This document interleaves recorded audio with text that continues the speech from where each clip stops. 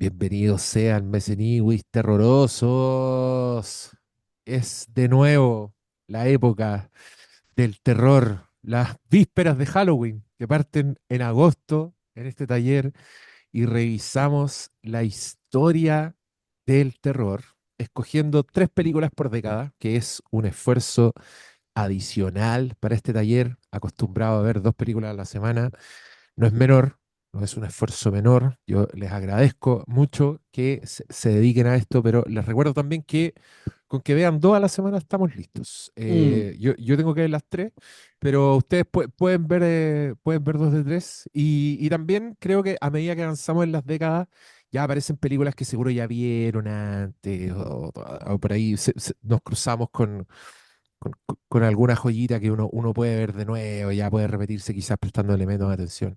En fin, ahí creo que se relaja un poco la cosa. En mi caso, creo que hay como cinco películas que me sé completamente de memoria, sí, pero de verdad de memoria. Es un poco terrible, me da miedo. Vi un meme una vez que decía como los pacientes con Alzheimer en el año 2050 y era un viejo así como diciendo frases de los Simpsons. Ya, yo creo que a mí me va a pasar esa weá con películas. Yo voy a ser así viejo demente, weón, que de repente a decir una frase del exorcista y la gente va a quedar muy desconcertada porque la cagó que me la sé, entonces se guarda en el cerebro en alguna parte. Y ustedes, bueno, bien saben que este es mi género favorito. eh, a modo de introducción, les puedo decir por qué. Creo que es de los géneros que admite todo, un género donde se puede hablar absolutamente de todo y como quieras. Me parece que es el género cinematográfico más abierto y más lleno de posibilidades que existe. Me parece también que es el género que se desprende desde la weá que nos define como seres humanos, que es como el temor a la muerte, a lo desconocido, nuestra propia conciencia de la muerte. Entonces, es una maravilla de género que engloba a los demás géneros también, que se puede cruzar con todos los géneros imaginables. Y lamentablemente también para los fans del terror es probablemente el género que tiene más películas malas, así como si hacemos como la estadística. Entonces siempre tenemos que estar peleando contra la corriente, ahí siempre hay gente que no le gusta las películas de terror, que claro, no los culpo, puede que vayan un año completo viendo todos los estrenos de terror de la semana y no se va a encontrar con tantas películas buenas quizá, pero las que se van a encontrar que son buenas van a ser alucinantes en unas capas que no se pueden creer. Y los años 20 es el año de la explosión del cine ya como lenguaje, me atrevería yo a decir. Las dos primeras décadas, que son 1890, 1910, por ahí es más una era de registro, donde se están como encantando con las posibilidades de la cámara y de hacer estos registros, de hacer efectos, de hacer transiciones, como que se está jugando, el mundo se está acostumbrando. Muchos de los primeros cultores del cine no le ven potencial narrativo y creen que es como una cámara de fotos nomás, que saca fotos que se mueven. Entonces ahí es donde aparecen todos estos registros de gente nomás, de gente que se sentaban delante de la cámara como si fuese un retrato, pero hacían gestos, hacían muecas, los registros de los hermanos Lumière, que son los más famosos, los de la llegada del tren, los empleados saliendo de la fábrica, los mismos, estos señores que fueron como de los inventores del cine, nunca le vieron el potencial, encontraban que era una atracción de feria, pero ya entrado los 20 y ya con gente esparciéndose por toda Europa este invento nuevo, empezaron a aparecer varios genios y sorprendentemente para mí, personalmente, me fascina mucho que el terror haya sido tan abrazado tan tempranamente y creo yo ya con las posibilidades, pero 100% metidas en la web. O sea, las películas de hoy día, por ejemplo, tienen un nivel de sofisticación cinematográfico que es bastante impresionante, considerando lo joven que es la weá. O sea, me estáis weando. Llevan 20 años conociendo esto, ¿cachai? Menos, y no creo que se haya esparcido tan rápido en el mundo esta invención, y no solo la invención, sino que la idea de congregarse, de juntarse a ver películas. Y muy temprano también empiezan a agarrar leyendas, empiezan a agarrar lo desconocido y empezaron a salir obras maestras y completamente imperecederas. O sea, las películas que vamos a comentar hoy día son películas reverenciadas, bien queridas por cultores del género, con homenajes que aparecen hasta el día de hoy, con arquetipos que aparecen hasta el día de hoy. Y también estoy muy curioso por escucharlos a aquellos que, como Fuad, no habían tenido el placer de ver películas mudas, que es toda una experiencia, que según gente como Hitchcock, la invención del sonoro significó un retroceso en el avance del lenguaje cinematográfico, porque ya dependía, con la posibilidad del diálogo, puta, se dejó atrás muchos factores narrativos, muchos factores expresivos que sí se ven en las películas mudas, pero que también pueden producir ciertos resquemores, como que el lenguaje del cine mudo es un poco un chiste hoy día, gracias a quizás las películas de Chaplin, como esta idea de la comedia en el cine mudo, de cosas que van más por hacer reír que por otra cosa. Pero que las películas de hoy día, que nos toca ver hoy día, a eso me refiero, tienen, vaya que tienen experimentos audiovisuales, tienen muchos efectos y una cantidad de virtudes que iremos viendo a medida que vamos viendo las películas. Este también les cuento que es como un ciclo bien inmortal en el sentido de que estamos referenciando todas las épocas todo el tiempo. O sea, o con películas de hoy día, de las que vemos hoy día, insisto, las películas que vamos a discutir hoy día, me acordé de demasiadas películas que vi después, de películas que vi hace poco, incluso, de películas que tengo en la cabeza. George Miller, a ti te hablo. Y estoy muy ansioso por saber también cómo les fue, porque las de hoy día, particularmente, son películas que están muy estudiadas, muy referenciadas, pero que yo personalmente había visto muy de lejos, había visto en fragmentos y no había visto de corrido. Entonces, vamos a partir por El Golem, la película de 1920 de estos dos directores, Wagner y Buzz, que rescata una leyenda judía de un ser que está un poco entre la vida y la muerte. Es un no vivo, que es un concepto también que aparece muy temprano en el cine, esta idea de lo que está vivo pero no debería estarlo, que afecta tanto al vampiro como el golem, como el monstruo de Frankenstein. Y que en este caso en particular es una experiencia completísima que me dejó bastante peinado para atrás. Esta es una película que yo siempre hablo, por ejemplo, de lo poco que me gustan las películas que son monótonas, las películas que están como en una tecla, y eso tiene que ver con que yo veo la vida como algo que no está en una tecla. Para mí la vida, nuestras vidas, es un poco una montaña rusa de emociones, que sé que suena como una frase así súper cliché, súper trillada, pero la cagó que la vida es una montaña rusa de emociones. Montaña rusa en el sentido que tiene muchos altos y bajos, vueltas, momentos de horror, momentos de felicidad, momentos de adrenalina. Entonces a mí me gusta cuando las películas reflejan esa weá. Y la película monótona no hace eso. ¿Cachai? Y el terror es bien susceptible de tener experiencias monótonas justamente porque esta búsqueda de atmósfera, esta búsqueda de lo opresivo, ¿cachai? Suele, si está en manos no tan competentes, si queremos, en manos que no comparten mi idea de lo que es la experiencia de vida, puta, se caen a esto. Y ustedes no saben cuánto me llenó de emoción ver que El Golem es absolutamente una película montaña rusa de emociones, una película que tiene desde las leyendas, desde la propia historia universal, momento que se está mirando, que se está buscando retratar, la leyenda que se está buscando retratar, sino que también todas las escalas de emociones, desde el miedo, desde el amor, desde la risa, la dulzura. Encontré que esta película es, pero un abanico así maravilloso de momentos y alrededor de una figura completamente fascinante, que es este señor que tenemos en pantalla, hecho de arcilla.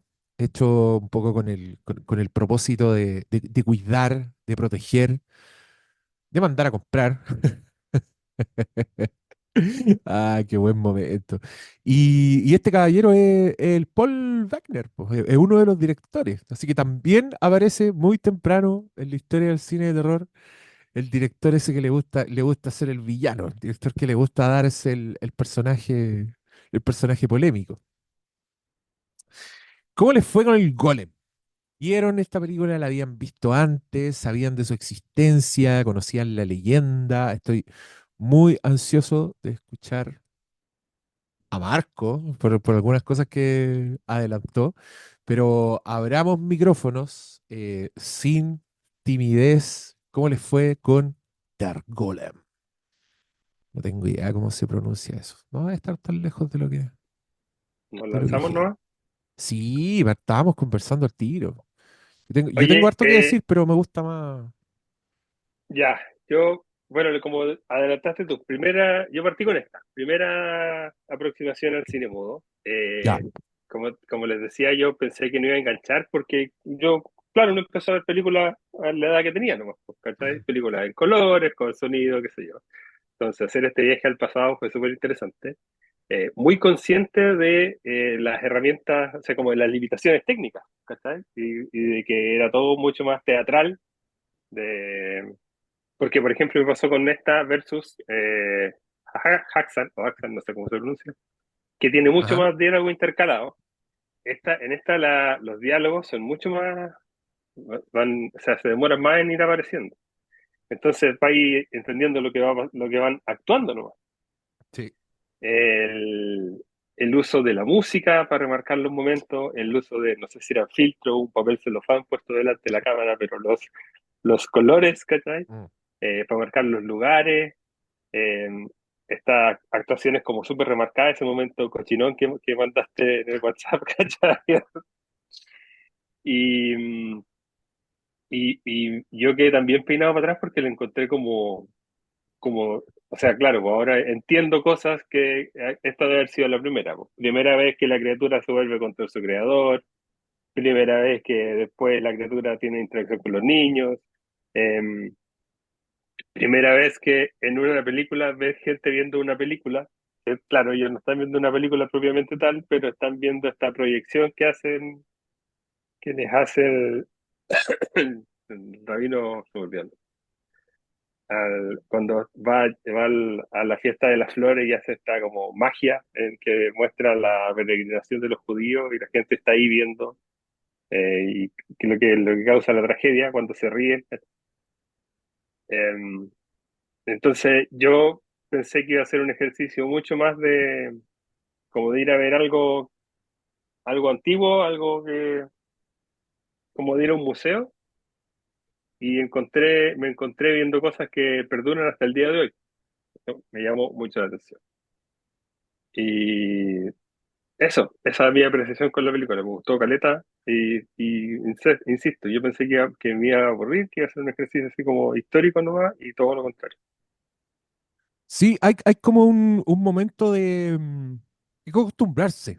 Porque quizás los Claro, primeros 10 minutos así uno está como distraído, como, ay, ¿por qué ponen tantas caritas y weas? Pero llega un minuto en que ya está ahí muy metido, muy en este lenguaje. Y a mí me pasó con esta película que algunas imágenes me parecieron así sobrecogedoras. Onda, hay un par de momentos que chun, hicieron el cambio de plano y yo estaba como, wow.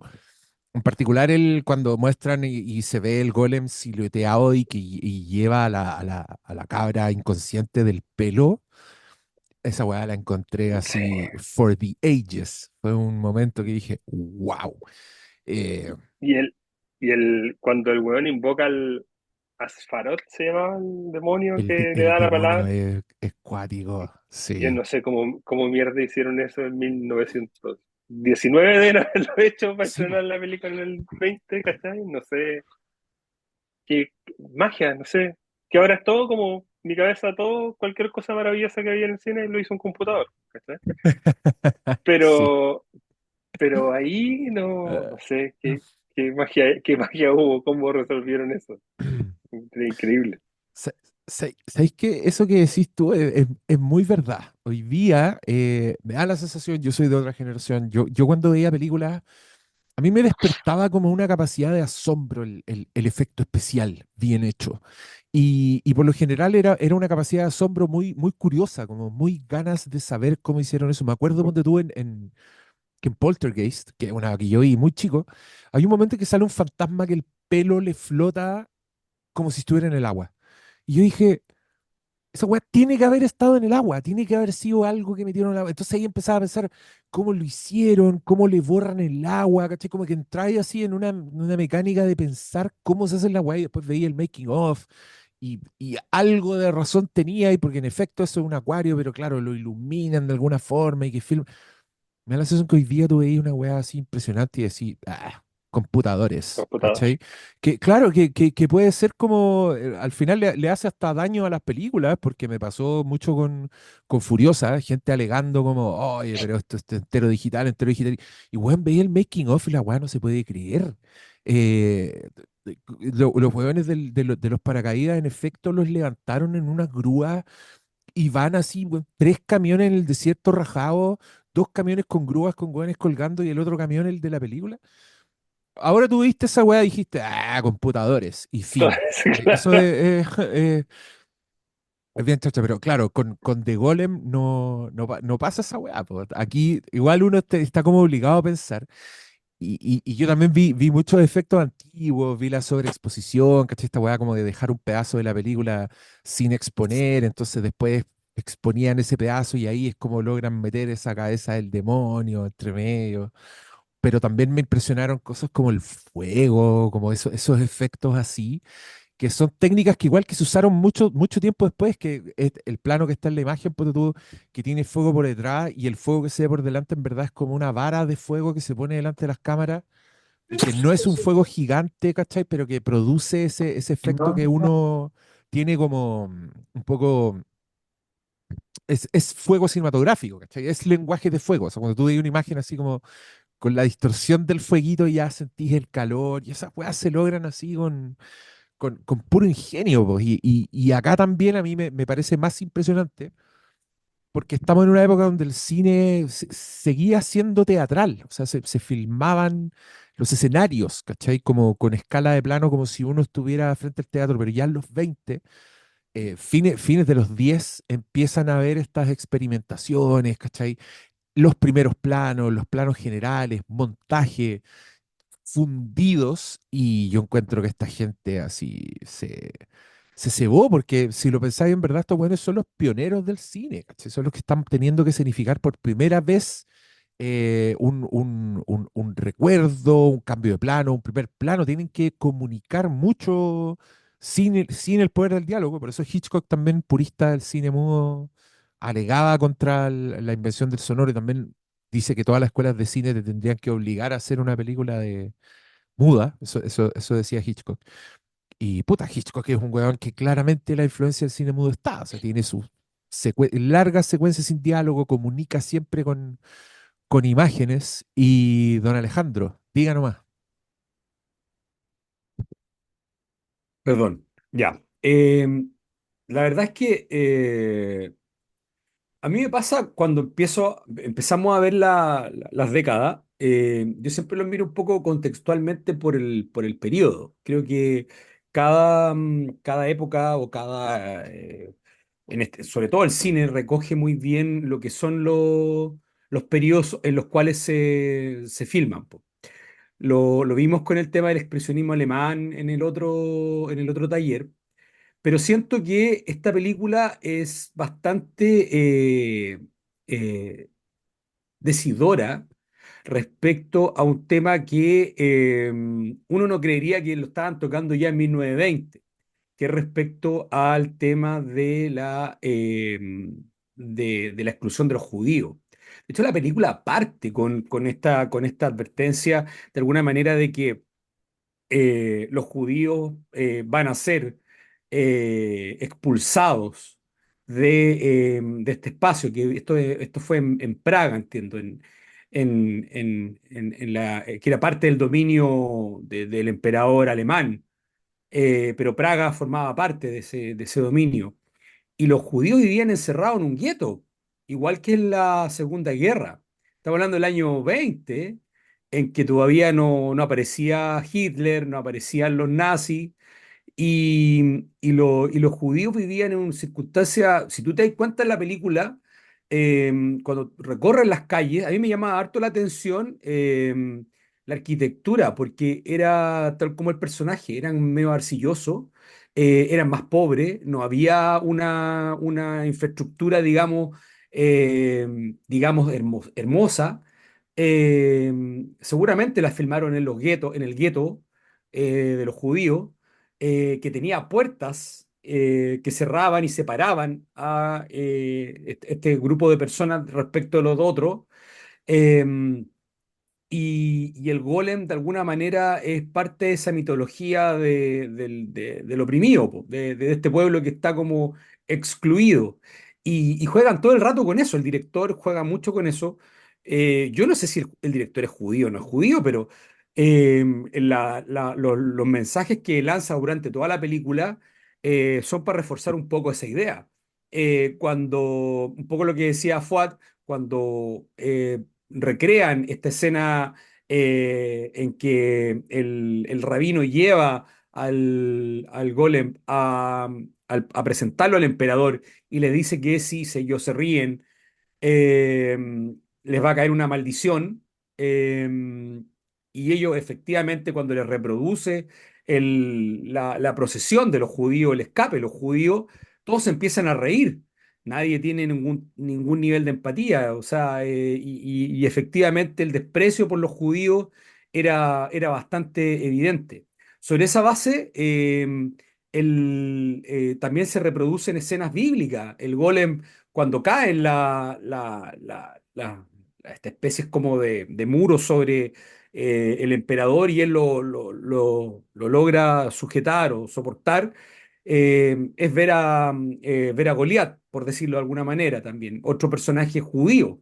Eh, entonces, yo creo que esta película uno no la puede dejar de vincular no solamente con la tradición religiosa judía, de la cual se hace bastante poco. La mitología judía es muy rica en estos personajes, eh, sino que también es precursora por lo que hemos visto o por lo que de varios o antecedentes de varios personajes posteriores. Eh, Claramente el Golem se hizo 100 años después de Frankenstein. Pero el Golem es un Frankenstein. De hecho, esas plataformas que utiliza son muy similares a las que utilizaría después en el cine Frankenstein. Yo no me cabe duda de que se utilizaron también pensando en esta figura enorme, porque la idea de él era que producía un temor, un terror en la gente que lo veía. De hecho, es más el terror en los personajes que uno ve que lo que uno mismo puede representar. Incluso puede ser hasta risible el personaje del Golem hoy día como estaba retratado en la película. Entonces, yo creo que a partir de esa premisa, lo que busca recrear el director, lo que busca de transmitirnos es eso, de que los judíos, al vivir en esta opresión, tienen esta especie de salvador, esta especie de superhéroe, pero que tiene dos caras, pues, tiene dos rostros y que hay que saber manejarlo, porque claramente como todo superhéroe o como todo este o monstruo puede tener dos figuras, ¿ya? Y obviamente si no es bien manejado, y eso se da un poco cuenta tarde el rabino, está en la figura de que efectivamente él se va a volver en algún minuto en contra de su creador.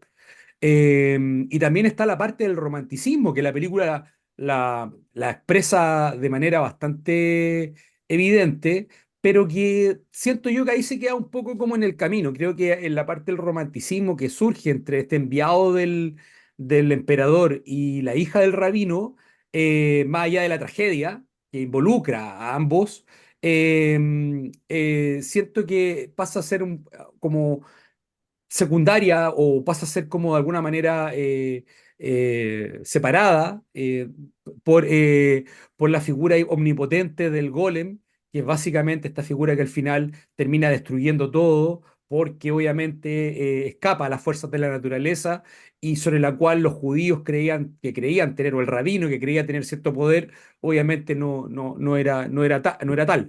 Entonces, como para recapitular, siento que esta película refleja muy bien un poco la mitología, los miedos, la parte oscura que tiene también todas las religiones. Todas las religiones transmiten no solamente la bondad, sino también la maldad para poder de alguna manera empujarte a irte al lado de la bondad. O sea, o al lado de lo que quieren empujar. Siempre tiene que existir esta suerte de yin yang para que el creyente termine de alguna manera eh,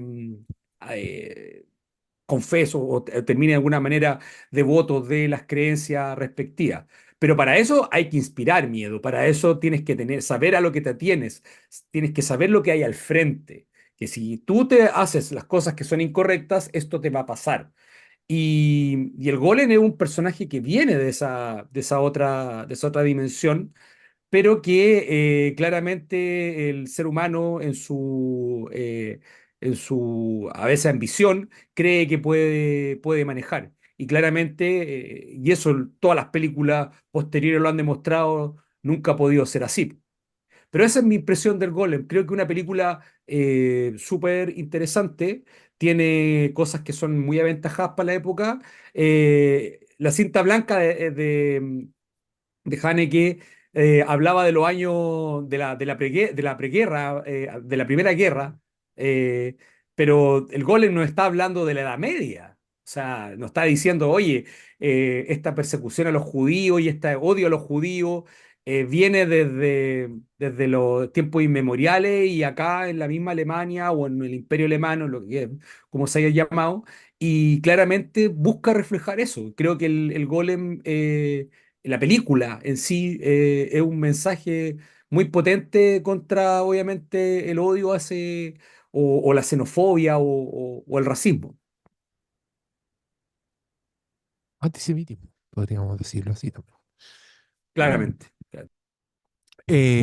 Sí, te encuentro toda la razón, excepto por el énfasis en lo romántico, y yo creo que eso es un punto más para la tragedia, o sea, que el golem se pitee como al enviado del Kaiser, es más condenar a ese lugar, creo yo, y eso es por líos de falda, es porque este weón se pone celoso, ahí también yo para defender al rabino, el rabino se dio cuenta a tiempo. El rabino leyó la weá y dijo, ya, ahora desactivamos al golem, le sacó la pila y lo dejó ahí y ahora seguimos con nuestra vida, pero ahí entra justamente el factor celos, crimen, que me encanta también porque cómo se configura la tragedia, a mí me parece muy con los elementos de la tragedia y de las películas de monstruos que seguimos viendo toda la vida.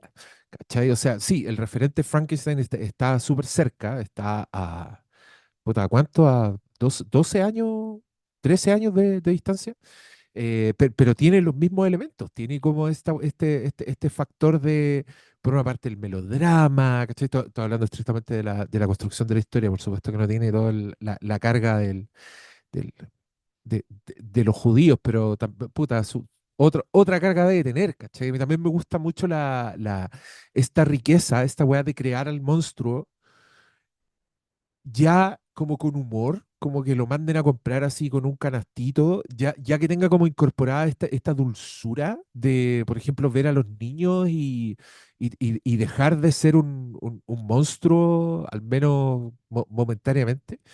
Y todas esas weas me parecen de una riqueza maravillosa. Eh, Pablo levantó la mano hace rato. Espero que todavía tenga mano sus comentarios. Hola, buenas noches. Oye, a mí esta película me sorprendió e impactó bastante y sobre todo después de haber leído algunas cosas. Además, yo no sé si leyeron algo extra, pero a mí me parece increíble que el cine genere precedente tan temprano, que seguimos repitiendo y no nos damos cuenta, en consideración que esta es la tercera película de este personaje que se había hecho, y es una precuela. Este es, podríamos decir, el Golem 3. Yo estuve cachando que creo que existe la de 1900, todas del mismo director, y él interpretando al Golem, de 1915-1917, en que el Golem aparece en situaciones modernas. Son películas que se perdieron, y creo que, o que eran algunos fotogramas por ahí. Y esta era la visión que él quería realizar y se llama, tiene un dos puntos. El Golem es el Golem y cómo apareció en el mundo. Es Sí, la precuela del su Golem. aparición en el mundo, tenés razón. Claro, su aparición en el mundo. O sea, como que qué increíble esto. O sea, como que nos parece esto de las precuelas que hablamos ahora tan comúnmente y como un recurso que se utiliza, bastante criticado en algunas ocasiones, también está en los albores del cine, así como me parece como sorprendente. Y además lo que decías tú acerca del lenguaje cinematográfico, el lenguaje per se es flexible, se adapta y evoluciona, pero sus estructuras se mantienen. Mm, Y cuando se crea un lenguaje acá en los años 20, claro, empieza a cambiar, pero están aquí, es la esencia. Y eso me parece sorprendente. A mí me impactó rápidamente con las primeras secuencias de la interpretación de las estrellas y después en el templo, y esa toma que es desde arriba, como que me conmovió un poco porque estaba acostumbrado al imaginario de este cine más teatral, de grabar la escena casi como si fuera una obra, pero acá no, ya hay una experimentación que es sobrecogedora. La escena con todos sus artificios de la invocación al demonio, mm. lo encuentro increíble. Cuando aparece el rostro me acordé del Exorcista, con las apariciones de los rostros, y ya fui, chucha, esta wea, así como que acá ya estaba. Y lo otro, no sé si no creo que lo haya citado, pero ya al estar en el lenguaje pasa a ser un significante que está ahí a mano para los narradores del cine, y no deja de maravillarme. Y respecto al terror, en- respecto al ciclo, tiene también tantos elementos, o sea, claro, tiene esto del Prometeo, del crear vida, y, y, y las complicaciones que va a desencadenar esto. O sea, como, para mí también era una profecía autocumplida, o en el sentido de que las acciones del rabino llevaron a una situación muy complicada al final para el pueblo judío. O sea, la ola de destrucción la provocó finalmente el Salvador. Mm. Podríamos interpretar que esa visión que tuvo, esa interpretación en las estrellas que tuvo, quizás refería a eso que pasó Claro. finalmente con el golem. El golem quizás fue el artífice de la destrucción o que se provoca al final, o sea, como la profecía autocumplida, más allá de lo que hablaba el Alejandro respecto a como la expulsión del pueblo judío, que también era, claro, un tema importante y que parecía ser ese lo que le iba a acontecer al pueblo judío, pero en términos de la película, finalmente la destrucción es del golem. Y me pareció también muy como avanzado Mm, el desarrollo de la idea y respecto a esos temas del terror. Y además tiene, aparte de que igual tiene esto de crear vida, que la emparenta con Frankenstein, la emparenta también en esa escena con las niñas, al final no recordó la de la primera Frankenstein, sí. es mucho, es lo que decía el compañero, o sea, además de la estética, del peso que tiene. Em, pero también tiene todo ese velo sobrenatural. O sea, el rabino es un hechicero también. Y invoca un demonio. Y no cualquier demonio. Es un Astarote, un demonio, Astarote, un demonio de los de arriba. ¿Cachai? Es brígido. O sea, oye, otro recurso que me encantó cuando va a decir la palabra y nos dicen, va a decir ¿y cómo lo va a hacer si es cine mudo? ¿Cómo va a mover la boca el demonio? Que fome. Y no y sale la palabra de la boca. Y no, eso me voló la Hermoso. cabeza. Sí. Hermoso, o sea, como el cine así como tan temprano te presenta una serie de artefactos, cosas, magia. Lo otro que me voló la cabeza así, nivel heavy, fue cuando, claro, va Rabino a la corte del Kaiser y hace esta magia o invocación o qué sé yo, de mostrarle a los, no me acuerdo cuál es la palabra que ocupa, no son maestros, bueno, los grandes, los importantes del pueblo judío, Los y aparece el sabios. judío errante, claro, Mm. que es un personaje muy relevante, y está esta gente mirando como cine, ya que se dicen como un poco de metalenguaje temprano, y el judío errante los mira. Eso como que ya lo encontré ya también a otro nivel Sí. narrativo, también perturbador. Ahí también agarro temas del terror. El terror, claro, a veces no asusta, perturba. Yo creo que este tenía harta cosa perturbadora. Me imagino que la gente viéndolo por primera vez, o sea, viendo cine por primera vez, como, wow, wow. O sea, si a mí me vuela un poco la cabeza, yo creo que a ese público también. Y también la capacidad del cine de tomar estos relatos míticos. Mm. Entiendo que a este hombre le llamó la atención primero por la novela, El Golem, pero que entiendo, yo no leí la novela, pero por lo que leí, se aleja un poco de esa historia como para centrarse más en el relato, en la leyenda, en el relato mítico. Y qué bien que el cine hace eso, como agarrar relatos antiguos, citarlos directamente o después basarse en ellos. Y nada, pues y agarra esta cuestión que también es como súper importante para el pueblo judío. Imagino que el Marco tiene más antecedentes como para hablar eso de que dijo el otro día Superman. Me acordé que se lo había escuchado al Francisco Ortega a propósito del pentagrama. Y Sí, claro, que no es una estrella de David lo que tiene en el pecho, pues es un pentagrama, porque claro, y el otro claro, tiene razón, pues es como el pentagrama de Superman y la serpiente, y lo tiene en el pecho, y claro, y es un salvador del pueblo judío, como lo mm, es la interpretación de Superman, que es creación de un par de judíos en el mundo moderno. Y creo que, y el cómic, yo siempre lo digo, así como, no hermano del cine, pero nacieron juntos casi, en la misma época, en la modernidad.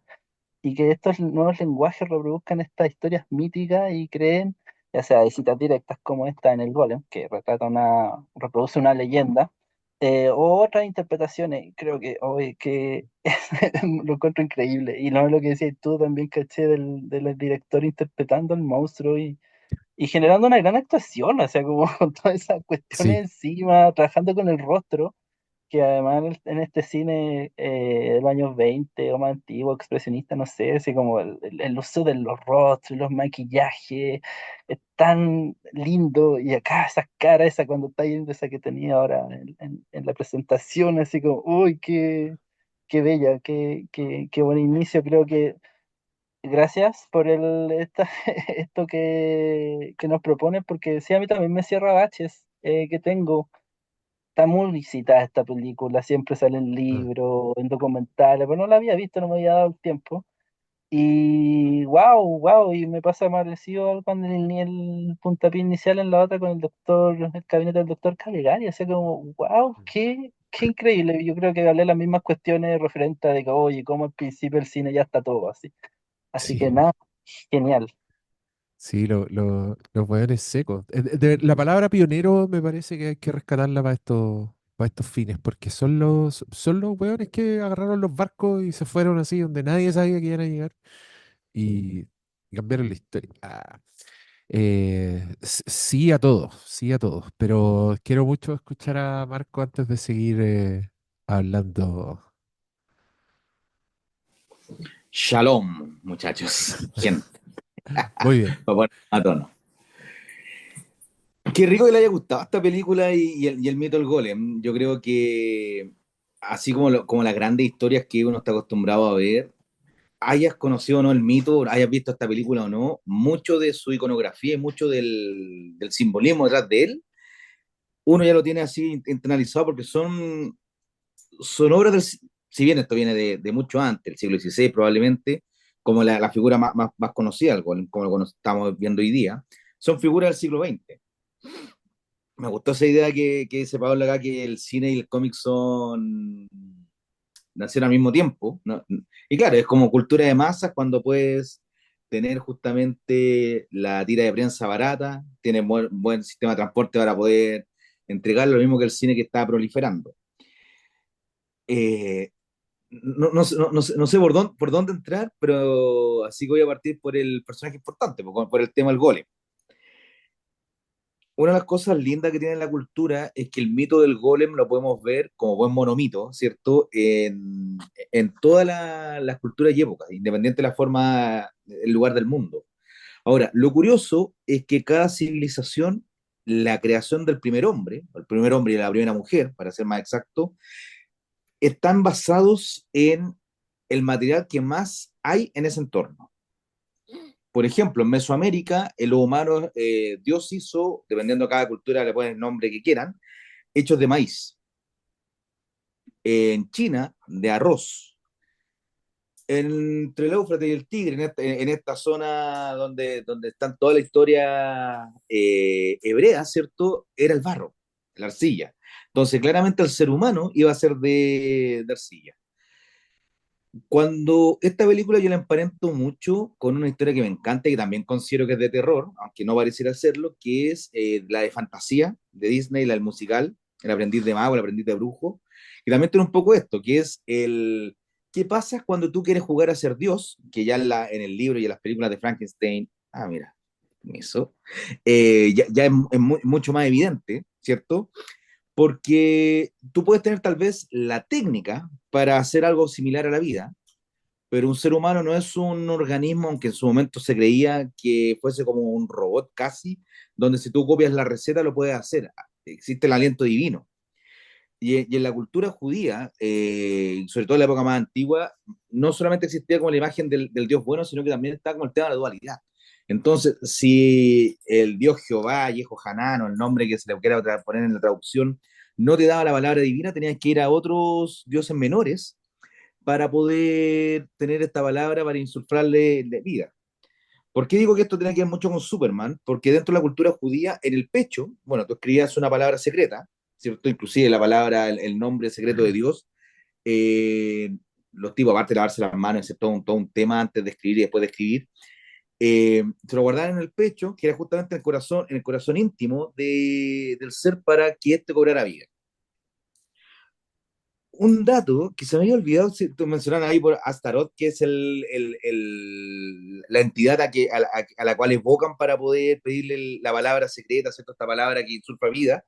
Y esa palabra existe, que justamente era un sigilo o un sello mágico de un mago inglés de los años 1600, John Dee, conocido también porque fue el creador del primer 007, que la reina, el símbolo 007, y después Ian Fleming lo ocupó para el espía James Bond, viene de ahí.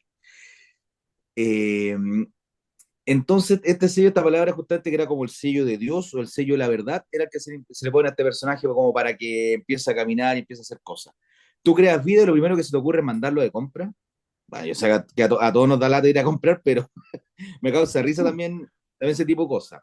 Y otro detalle que dentro de la historia judía, siempre lo que ellos buscaban, acá estoy generalizando un montón, pero es para llegar a un punto, lo que buscaban en el Antiguo Testamento era este guerrero, este león, ¿cierto?, que iba a liberar con la espada flamígera a su pueblo y que iba a derrotar a todas las huestes de sus enemigos. Por eso el mensaje del Jesús que nos llegó ahora, este Cristo que se convierte en el pacifista, cuando la Biblia no lo era en un principio, ¿cierto? Pero esta imagen de pacifista como que no concordaba mucho con este Dios guerrero que iba a derrotar a todos sus enemigos y lo iba a humillar. Entonces, que este superhombre, que después es lo mismo que ocuparon los creadores de Superman para crearlo en el 38 y 39, bueno, venía un poco antes, pero ahí fue cuando se cuajó la idea del Superman que hoy día conocemos. En el pecho también tenía un triángulo y tenía una S, una serpiente, que suponía que decía Superman, pero también evocaba todo lo que era la imaginería judía con la que ellos se criaron. Entonces, de hecho, hasta Iron Man siempre tiene en las películas tienen el tema de que en el pecho tiene su corazón y ese tipo de cosas. En cuanto al judío errante que aparece, me gusta que hacen este nexo acá con el Golem, que otra de las historias bien conocidas judía o antijudía inclusive, que trata sobre la culpa.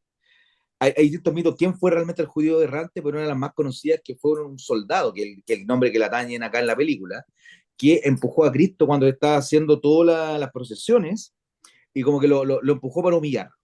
Y entonces Cristo le dijo, bueno, tú vas a seguir errando, vas a seguir caminando hasta que yo vuelva. Entonces, de ahí viene como ese mito del judío errante.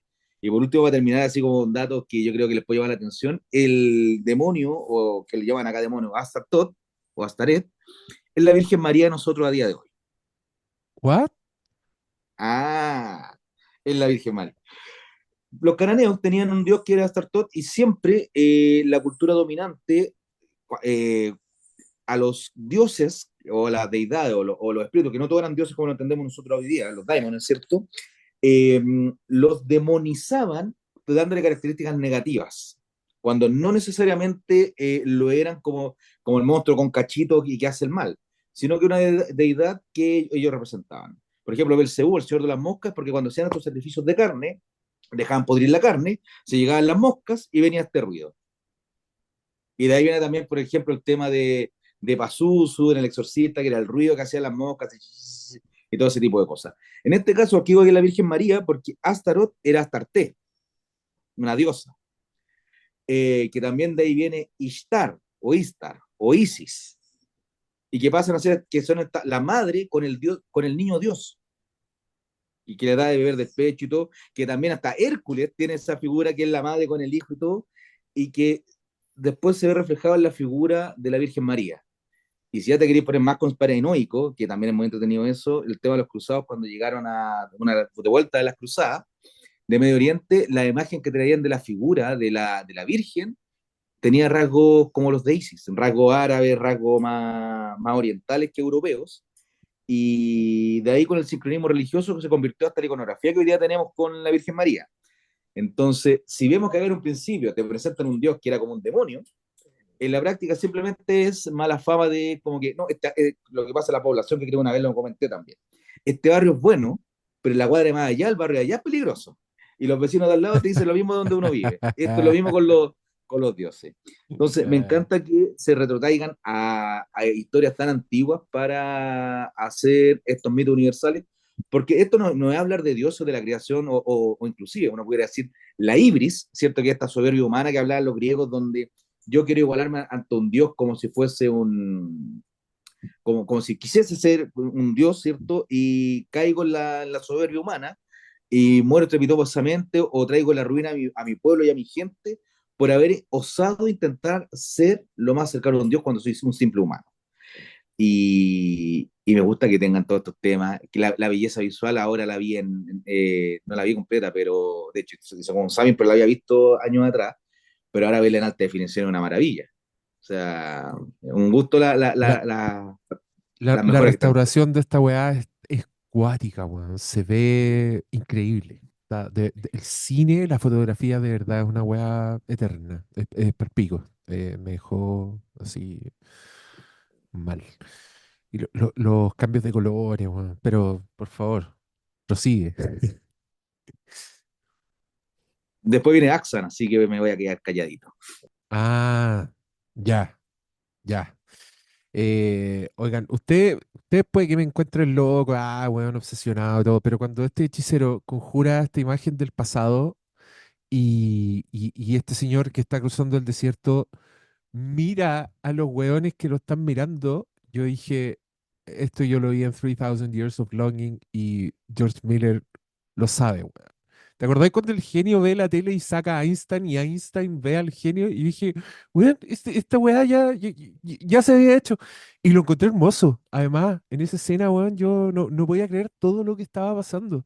Era como una construcción tan bonita a la vez como histórica, weón, como superproducción, porque no sé si se dieron cuenta, pero ese pedazo, bueno, en verdad eran como miles de extras con caballos, así, era una weá bien impresionante desde la producción, que también ahí yo pensaba, dije, porque como que históricamente el expresionismo alemán viene un poco como para suplir estos problemas de producción. Entonces los sets evocaban más que trataban de representar, ¿cachai? Como las luces, los edificios pintados, toda esa weá, pero acá me dio la sensación de que había más lucas o se manejaban más, no tengo idea, pero encontré que los sets se veían enormes, encontré que tenía como lo mejor de los dos mundos, tenía sets así de superproducción, pero seguía teniendo como las weas pintadas, hay un momento en que las velas de atrás están pintadas y la wea se veía preciosa, como los brillos, las sombras, como segmentar la pantalla, que también creo que es una weá que hace Scorsese, que hacen los Coen, como de pum, rodear de negro y dejar como solo el pedazo que queréis que tenga énfasis. Me encantó el manejo de los textos, que también creo que Frank Capra hace una versión de eso, de que se fijaron cuando miran los libros, pum, y van como un primer plano de texto así, de verdad está hecho, ¿cachai? No, la weá es de verdad una maravilla. Ya, sigamos. Michelle, Hola, buenas noches. Bueno, ya, como que ya se habló mucho de muchas cosas que quería decir, pero una de las cosas rescatables de esta película que me fascinó también, la encontré demasiado interesante. Me encanta el montaje, cómo va reaccionando como a los tonos de las distintas escenas y que todos esos elementos que además del tema del folclore, del mito, también, como decís tú, Diego, va como enfocado a distintos temas. Yo, si bien me gustó como el tema como de la historia de amor y todo, pero encontré como que el desenlace fue poco satisfactorio como para el personaje de la mujer, pero eso es como ya una apreciación mía. Eh, pero sí como decía, los tonos, el tema de los colores como para crear un lenguaje, un constructo que a mi impresión yo no necesitaba diálogos. Creo que la película tiene un lenguaje tan rico, tan único, que tú, si bien al principio como que cuesta un poco enganchar con el lenguaje, después, como le decía yo al Fuad en el grupo, uno se deja llevar y empieza a entender y a tener como esa construcción y esa conexión con lo que la película te quiere decir. La escena del primer plano del golem, ahí yo la tuve que parar porque la encontré súper terrorífica. Ese primer plano con ese color, el color verde en sí no es un color que te evoque pavor o terror, pero la forma en que está construida y la actuación me causó mucha impresión.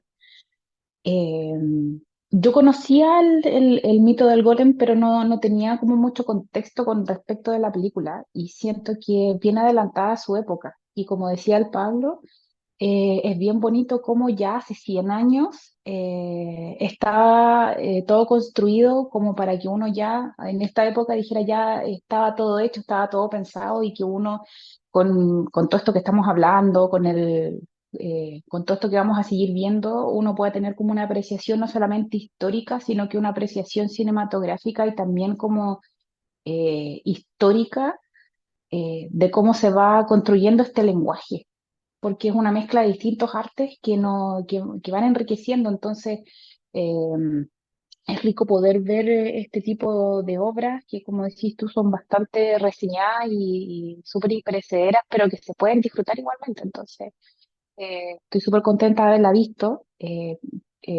A pesar de que yo vengo del ciclo anterior y que vimos películas modas, eh, iba súper a ciegas con esta película. Vi que era larga y dije, chuta, pero me encantó cómo se fue construyendo todo. No encontraba sin sentidos. Siento que cualquier persona que tenga las ganas y se sienta a ver esta película la va a disfrutar mucho. Y hablar de distintos temas, como decía el Marco, el tema de la construcción del mito, que todo esto se puede ir modernizando con la creación de los héroes, de los personajes que vamos viendo y que se siguen construyendo hasta el día de hoy, que tienen un germen desde ahí que es súper creíble y que uno puede reconocer los símbolos, es súper bacán.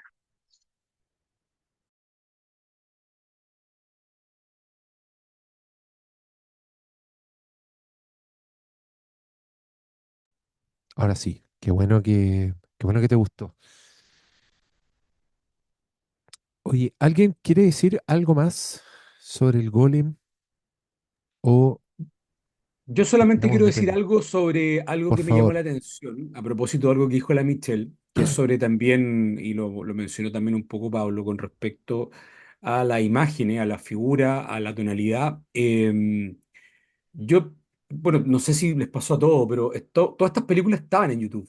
Eso Sí. fue una de las ventajas, están todas en YouTube.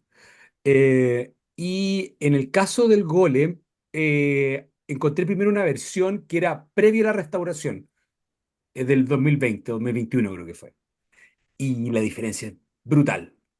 Mm, Después vi la versión ya restaurada, la versión 4K, no sé cuánto, y de verdad lo que vi fue un cambio sideral, o sea, pude ver la película con los cambios, por eso hacía mención a estas casas arcillosas o más derruidas también, parecían de adobe en realidad, las casas en que vivían en el gueto de Praga y sentí que el cambio de fotografía fue muy, muy, muy evidente.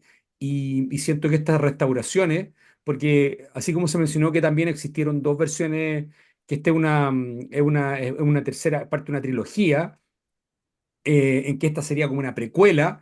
Se nota que acá el director o los directores también le pusieron lucas o le pusieron más, ya tenían la idea mm. más cerrada en la cabeza y la pudieron llevar mejor a cabo. Pero siento, si pudieran ver, a ver en YouTube, pueden hacer la comparación, se van a dar cuenta que el cambio entre la versión previa no se ve muy derruida la imagen a esta que es la restaurada que tiene un par de años nomás.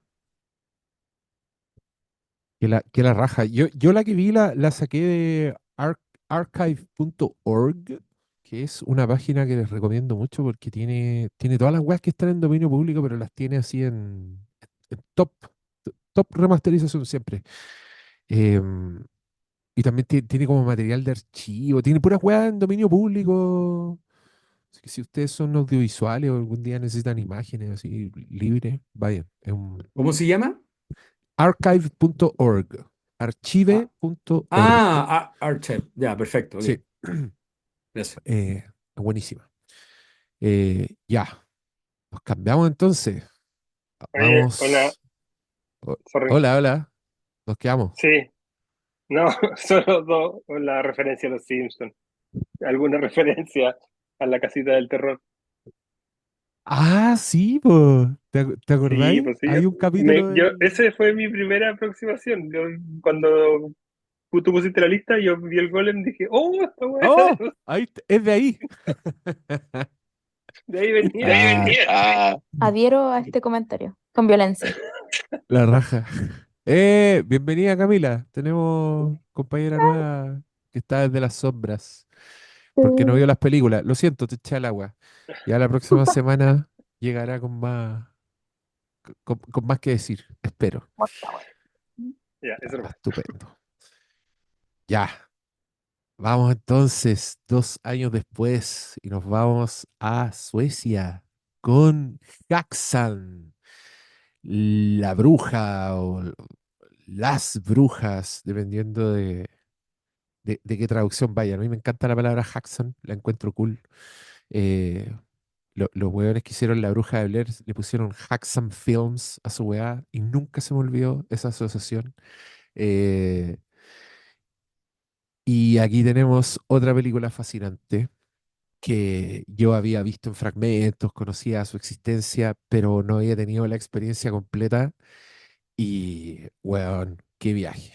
Señor Benjamin Christensen está completamente en todos los niveles disparando y se sacó una película que es bien única, bien irrepetible, enfocada como documental, picado a filósofo, con un alto nivel investigativo, que ya Marco nos comentará al respecto, pero que cinematográficamente es un logro bien que no se puede creer, que a mí me tuvo completamente intrigado.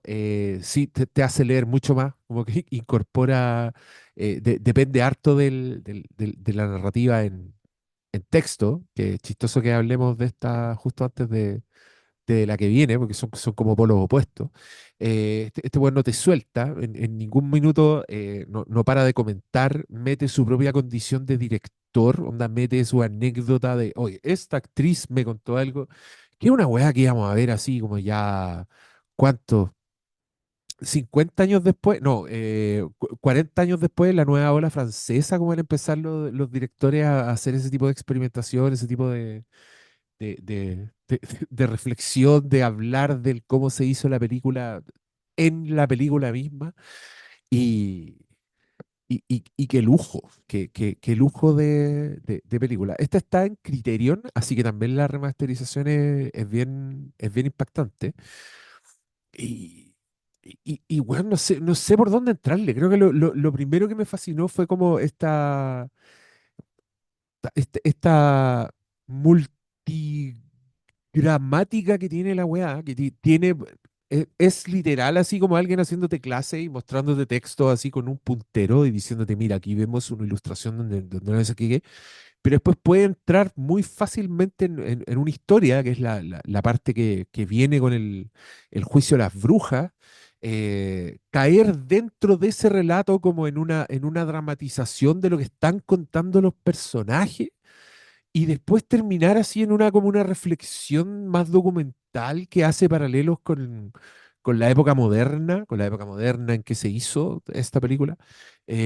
A mí me dejó así absolutamente peinado para atrás. Y ni siquiera he entrado a hablar de los logros visuales. Esta weá también creo que tiene características de superproducción. Tiene unos momentos bien impresionantes, especialmente para los ojos contemporáneos y cómo se hizo si no se usaron computadoras. Que no sé si a ustedes les pasó eso. Tiene técnicas que se quedaron con el terror para siempre, desde el maquillaje hasta justamente esta superposición de weas. Tiene animación, tiene ilusiones ópticas, además de todo esto que les estoy diciendo. Y es como puta, es como un elevated horror, así como un proto elevated horror, que me dejó impactado. La reflexión, onda, el feminismo de esta película, como pese a que estáis como en la época donde la histeria es la explicación a todos los problemas de la mujer, como que ya hay una reevaluación de esta weá que se hizo mal.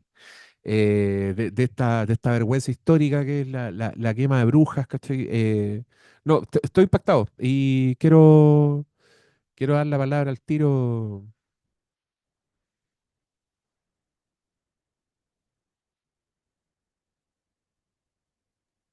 Marco, ¿te queréis lanzar al tiro o vamos con alguien Me dijeron más? acá, amor, no te contengas. No te contengas, amor, estoy de No te- acuerdo. no, sí. Nunca he podido terminar de ver esta película, pero ¿What? sí, y la he visto constantemente a lo largo de los años desde que la conocí.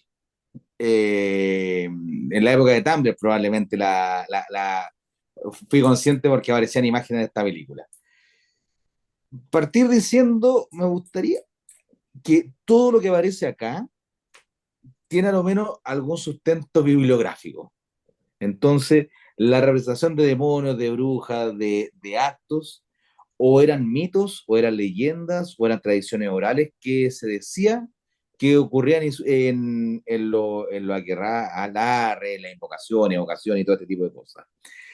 Me encanta como hoy día estamos acostumbrados a cuando hacen esta imagen así que te copian directo del cómico del libro, la imagen para hacer como el calco, tipo Sin City o Easter egg de Deadpool, pero acá lo hacen también, y lo hacen con los Sí. grabados medievales o los del siglo XVIII, y son súper correctos, inclusive no solo en lo que dice, sino en la visualidad.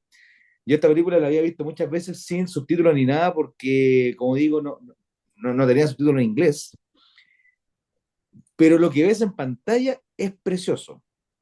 Y claramente hay un discurso respecto a lo que es la figura de la bruja, a diferencia de la figura del mago, que pareciendo ser similares, dado que el mago es una figura más bien masculina, aunque hay magos mujeres o brujas hombres, ¿cierto? Son ¿cierto? Como elementos distintos. Eh, pero encuentro que es un tremendo logro. No sé si ustedes notaron que hay un montón de cosas que luego son. ¿Qué pasó acá? Tengo el Jumanji por acá. Que son después tomadas por otras películas. O sea, un ejemplo, hay una escena donde hay un demonio como desnudo, con pechos, todo, y que está llamando a la mujer que está acostada desnuda también en la cama, y que después, cual Black Phillip y Thomasin la va siguiendo, que es tal cual esa cuestión, pero también me evoca al Gary Oldman haciendo de Drácula y con Lucy corriendo también a acercarse a él, o sea, y me encima en el texto te dicen que el diablo se presenta o el demonio se presenta de muchas formas, como un hombre viril, seductor, guapo, y aquí veía una cuestión, un esperpento que no tiene nada de eso, pero que igual la atrae sexualmente. Y hay That una cosa bod. que sí, o sea, hay una cosa que en esta película y en general en el cine mudo que se ha ido perdiendo, que va a mostrar la lujuria, el movimiento de lengua o chupándose los labios o mordiendo, o el demonio con la lengua como si fuese una serpiente, siseando. El, me imagino el nivel de estudios, porque si hoy día es más fácil conseguir esta información y aún así sigue siendo complicado, en esa época o teníais que de verdad tener algunos contactos en el Vaticano, no sé, para tener estos libros y este acceso, porque me impresiona lo oculta que es. Y como película probablemente tal, ya no solo como documental, sino como lenguaje cinematográfico, que tenga stop motion, esa escena de las monedas o el demonio que va rompiendo la puerta, y que va a ser un demonio que es distinto a lo que estamos habitualmente acostumbrados a lo que hoy día, en 2024, interpretamos como un demonio, con estos animales como con pico, por ejemplo, como si fuese tuviese, como un mamífero, pero con pico. Porque en general lo que se iban haciendo en la iconografía, y esto desde siempre, van cada elemento físico de algún animal, alguna criatura, algún monstruo, tiene un significado simbólico representativo. Un ejemplo, los ángeles lo hacen con alas porque justamente son la mediación entre el humano, que está en la tierra, y lo que es el cielo, que se asume que son la alta esfera o el tema divino. Entonces, los demonios, por su parte, muchas veces lo hacen con cuernos y pezuñas, así que debemos decir que todos los veganos son malos, o a lo menos los demonios, porque si hay animal que tiene cuerno y tiene pezuña, no come carne, es herbívoro. Porque los carnívoros, no hay carnívoro que tenga cuernos ni pezuñas porque se defienden con sus dientes, ¿cierto? Con su incisivo y con sus garras. Una pequeña tontera ahí que daba más largo el tema, pero me encanta que ya en esa época te vaya mostrando todo este tipo de cosas. Y en cuanto a la quema de brujas, hay mucho de mito. Sí hubo gente que fue quemada, pero si nosotros lo vemos hoy día, el conseguir leña, que esta estuviera seca, para dilapidarla en una quema, no era lo habitual. De hecho, los que más quemaron brujas, por si acaso, fueron los alemanes protestantes. O siempre se confunden protestantes y están los otros, pero eran los alemanes, ¿En no serio? los ¿Hemos anglos. vivido una mentira? De hecho, la Santa Inquisición, ¿por qué tiene tan mala fama, aparte de lo que es la leyenda negra española? Es porque siguieron 300 años después de que el resto de Europa lo había detenido. Entonces se sentía como que era una cosa del viejo mundo, una cosa antigua. Por otra parte, la Santa Inquisición, y no es por defenderla porque fueron unos carajos también, impusieron de uno u otro modo, y acá yo creo que los abogados deben manejarse mucho más con esto, lo que eran los juicios y todo, que hubiese como algo más establecido. De hecho, muchos pedían que fuesen la Santa Inquisición las que los juzgara, más que lo que eran las leyes locales, porque eran más piadosos. Por de pronto no podía derramar sangre. Dicho eso, empezaron las torturas que era estirar huesos, quebrar dedos, sacar algunas cosas, pero todo con la técnica para no sacar sangre. Pero eso en la Oh, quema de brujas no fue tanto como uno imaginaría, porque habían otras maneras de poder matar sin tener que estar gastando tantos recursos. Porque imagínate, en 1600, en la época de Salem, que es como lo más popular, eh, con frío y conseguir leña y que esta estuviera seca era carísimo. Entonces no funcionaba mucho eso. Pero nada, nada, encuentro que visualmente esta película es preciosa. O sea, y no sé cuánto yo veo aquí a Ari Aster, así como a la mitad de los cabros de A24 sacando cuestiones de acá. Justamente al Roger Eyer también. Robert, el Eggers, weón, es pero un fan del cine mudo, así Sí. Y recalcitrante. también, y esta es una película de terror que tiene imágenes terroríficas o en momentos que asustan, como cuando sale este demonio cachudo también y que salta cuando está el monje como rezando y todo. O sea, acá tienen hasta como jumpscare, inclusive cuando todavía no se habían inventado. Yo no sé si este lo habría inventado o no, pero encuentro que es muy efectivo. Que tú pones algunas escenas de esto en otra película y calza perfecto. Y eso para mí es un Sí, logro.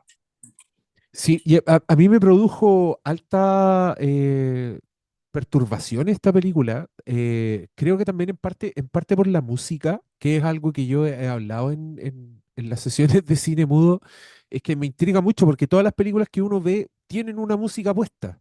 Y me intriga siempre el origen de esa weá, como ¿cuándo pusieron esta música? ¿Quién decidió que esta era la música que tenía?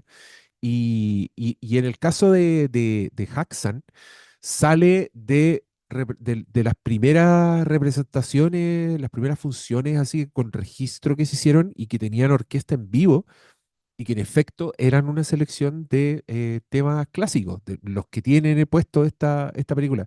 Y en el segmento de las brujas, bueno, es como una música alegre, así como de Barry Lyndon caminando por los prados, pero estáis viendo cómo torturan injustamente a una persona y esa weá, weón, me perturbó. Encontré que era como que había sido intencional de alguna forma, como que creo que algo que pasaría en una película actual. Y encontré también que la actuación de ella, en particular, de la que es incriminada por la otra acusada de bruja, bueno, encontré que era muy naturalista su actuación. Encontré que era la que no actuaba como en película muda, actuaba como en película actual. Que igual se veía más acelerada, como por esta weá el ratio del cine mudo, que siempre lo vemos más acelerado. Pero aparte de eso, encontré que era conmovedora su actuación y era tan terrible lo que le estaba pasando.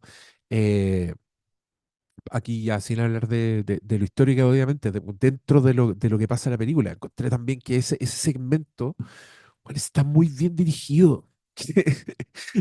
Cuando aparece la vieja que acusan de bruja, la- de Sewer, eh, es muy inquietante su presentación, como que es una vieja así que come, y también pareciera que está muy ella es como una vieja nomás que apareció, no está ni maquillada como el actor de cine mudo, ¿cachai?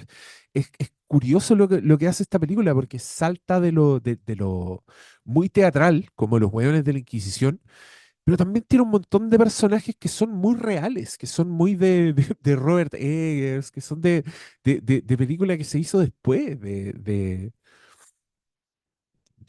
terror más contemporáneo, y esa weá también me voló un poco la cabeza. El contraste entre estas weas también, las cosas como muy teatrales, muy de efecto, muy de luces, de humos, pero también encontré que estaban súper jugados los maquillajes, los diseños de los monos, esto que decís tú, las traducciones literales, encuentro que les quedaron súper buenas.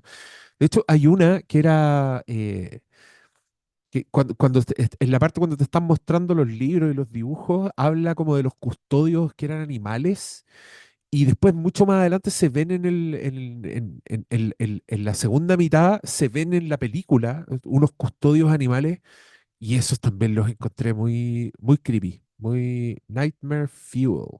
Pero ya, sigamos escuchándolo a ustedes. Vamos, vamos, Pablo. Yo había levantado la mano por algo que Marco dijo, pero lo olvidé. Pero me voy a referir a la película. Yo la había visto igual hace harto rato. Bacán. No, no creo que haya visto la versión, ya era remasterizada, porque creo que era la Criterion, pero en DVD. Así que Ya. esta sería ya mucho mejor. Yo creo que tuve referencia a la película en Maldita Sea, me acuerdo que la mostraron un pedazo, porque me acuerdo que Sí, los hombres hueveaban, las escenas que salía el demonio a atentar a las mujeres. Pero es impactante esta película. Es difícil entrar a hablar de la película porque realmente uno no sabe qué arista tocar. Pero bueno, primero que nada, me encantan las referencias que hay en una película o que uno interpreta una película a otra. Yo en la anterior dije que vi algo del Exorcista cuando aparecía el demonio flotando. Acá sale Pazuzu en las acá sale primeras. el mismísimo. Sí. Así que el mismísimo está ahí citado. Y cuando uno de ustedes dos mencionó fantasía respecto al aprendiz de mago. A mí me recuerda mucho la última secuencia de fantasía La del bueno, la parte diablo. terrorífica, sí, por la del Sí. diablo. Para referirme a ese aspecto del terror en forma, en significante, como también otra vez tan temprano, como quedaron ahí los elementos que se replicaron una y otra vez, porque me recuerdo de fantasía haber salido aterrado, porque la vi en los 90 cuando las Disney la iban reestrenando permanentemente, así que seguramente la vi con aprox 10 o menos años. Y en cuanto a solo forma, porque esa película es solo música y imagen, salía aterrado y yo decía, ¿y esta weá? En los años 20 así como mostrándote estas imágenes de haber sido terrorífico, terrorífico, terror puro, así como hecho y derecho, así como estar viendo esto, así tus peores miedos, y además cómo te lo prepara, porque al principio, dije, ya el primer weón que se enfrentó a esta película y empieza esta clase, ok, bacán, me estoy informando, pero en realidad yo creo que es una propuesta deliberada del director de prepararte tirarte Eh, así como, ya, y ahora te lo voy a mostrar, weón. Y es brígido, porque weón, hasta el beso en el culo del diablo sale explícito. Lo de los animales también lo encontré altamente perturbador, lo de las torturas, todo lo primero que te señala como un dato histórico y después viene su representación, lo eh, encontré mágico. O sea, es cine magia, así como increíble. Y me llama la atención tan temprano y se ve tan moderno y el tema que perturba en diferentes planos y lo de ya yo no sabía si creerle al weón, ya a veces como, claro, como los documentales falsos, pseudo falsos, que hasta dónde están real, pero eso de la cita lo escuché de mi actriz, la vieja, que ella vio al demonio en su cama y claro, lo mete en el contexto de su allá análisis desde la ciencia y porque ella ve esas cosas como una mujer antigua. Y decía, igual, po. Y decía, años 20 esa señora, ¿cuánto habrá tenido? 70 años al menos. O sea, nació en 1850, o sea, realmente una mujer de otra época, de otra historia, en realidad otra cosa en la cabeza, ¿cachai? Con unos referentes totalmente distintos a los nuestros, pero que esté trascendiendo a través del cine y que la podemos ver e interpretar ahora, lo encuentro. O sea, te juro que es como si hay algo cercano a la magia, es el cine y como es un ejercicio sobrecogedor ver estas películas a un nivel muy alto. Y respecto al terror, tiene todo esto, todas estas imágenes de pesadilla, pero creo que las partes más terroríficas es la acusación intencionada a través de la Inquisición. Qué eh. terrible esto. Esto era como, claro, este es el otro terror, y está ahí súper claro, así como no tiene doble lectura. Eh, ya me acordé, se me había olvidado esa película con el Daniel Day-Lewis y la Winona Ryder, las brujas de Salem se llama así, po.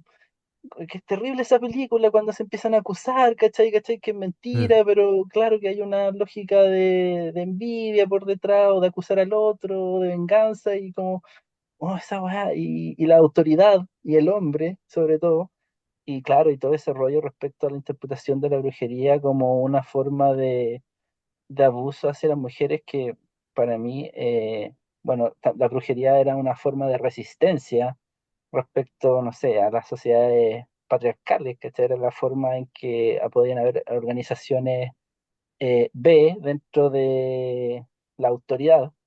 Eh, Hay hartos estudios, ¿cachai? Lo tengo muy cercano a los juicios de brujería en Chiloé, como todo esto era una alternativa respecto a la autoridad, ¿cachai? A la autoridad impuesta durante siglos, durante milenios, en que, claro, el poder está concentrado en el hombre, se tachaba de bruja y realmente eran brujas, ¿cachai? Estas formas alternativas de incidir en la sociedad, ¿cachai? Y claro, y creo que toca ya a temprana edad del cine como este discurso que, claro, ahí respecto a lo que Alejandro siempre nos recuerda, si me acordaba que siempre esto lo mencionaba Alejandro, que las películas son muy depositarias del momento histórico, o sea que claramente aquí estamos en el cenit del análisis freudiano y psicoanálisis, ¿cachai? O sea, como claro, aquí, y lo ocupa súper bien por su momento, que ya quizás ya está caduco, un poco obsoleta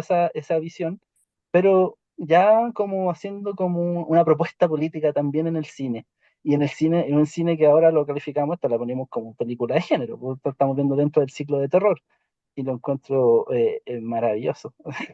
Como que tanta lectura que tiene esta película, y no, y esa cuestión que estáis poniendo, esa de en blanco y negro, de ¿cuántas veces hemos visto esa cuestión y en Sí, distintos estilos además? O sea, están en las que hablábamos, la 24 pero también está en Burton, ¿cachai?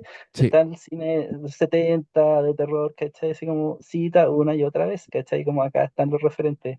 Ok, que podríamos hablar demasiado de esta película o de estas películas.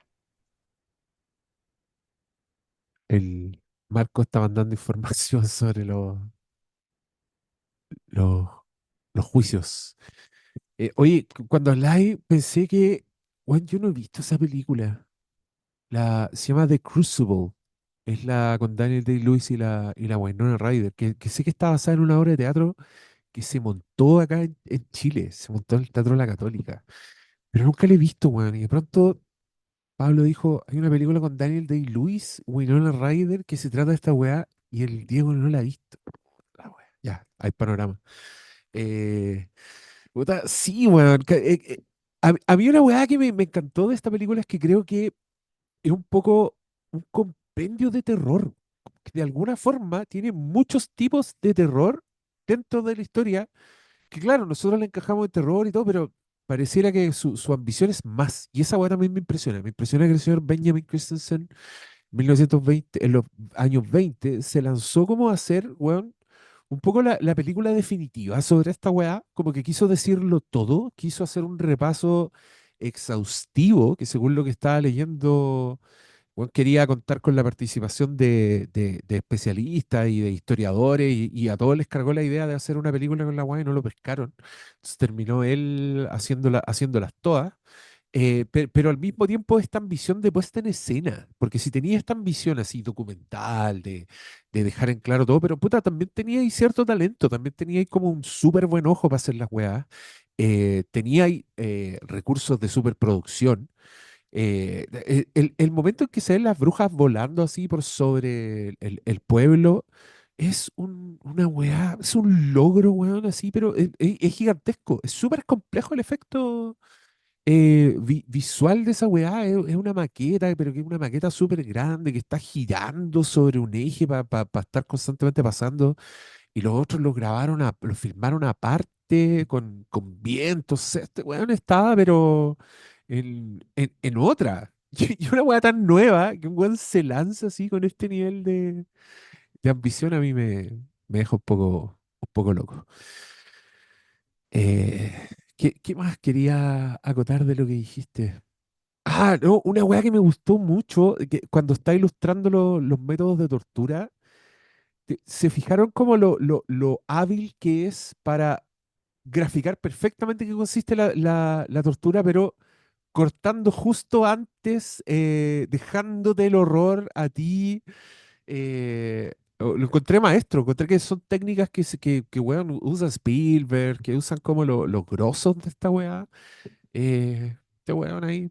Ah, vamos a hacer una película de brujas, dijo. Ya, lo escucho a Perdón, ustedes. perdón, Sí, respecto a eso, yo creo que eso es una decisión deliberada, porque no había censura en esa época, simplemente habían como ciertos consensos de hasta dónde se Exacto, podría mostrar. exacto. Y la weá es perfecta, o sea, como ya el terror te lo muestro sin mostrártelo, ya en el año uno, bacán. Es verdad, de hecho tiene polémica la película porque tiene desnudos, o sea, weón, el beso en el hoyo, esa weá era beso en el hoyo, no era en los lados, y era una y otra weá que después no vimos ni por si acaso y al parecer a este señor le censuraron la película, le tuvo que cortar escenas, pero la restauración que vimos es la completa, así que sí, no le Oye, importaba, por es cierto, perfecto. Luchito Jara estaba lavando al diablo, en realidad. Eso es lo que, cuando lo pillaron. se suponía que el ósculo infame, como se conoce, que era El ósculo infame. sí, así se le conoce, era el gesto de sumisión máximo, y cuando, que esto lo contó un tipo que supuestamente estaba viendo a las muchachas que estaban haciendo brujería, y cuando hacían esto le besaban el ano, y del ano le aparecían unos labios para sellar el beso. O sea, y usualmente este tipo de cosas es como las parodias, y yo utilizo ese término, las parodias, a lo que son los actos cristianos, las liturgias cristianas.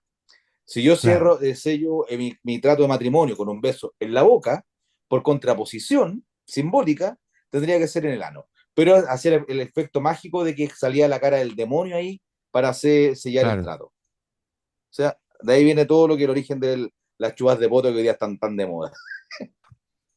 Bueno, ese es otro tema.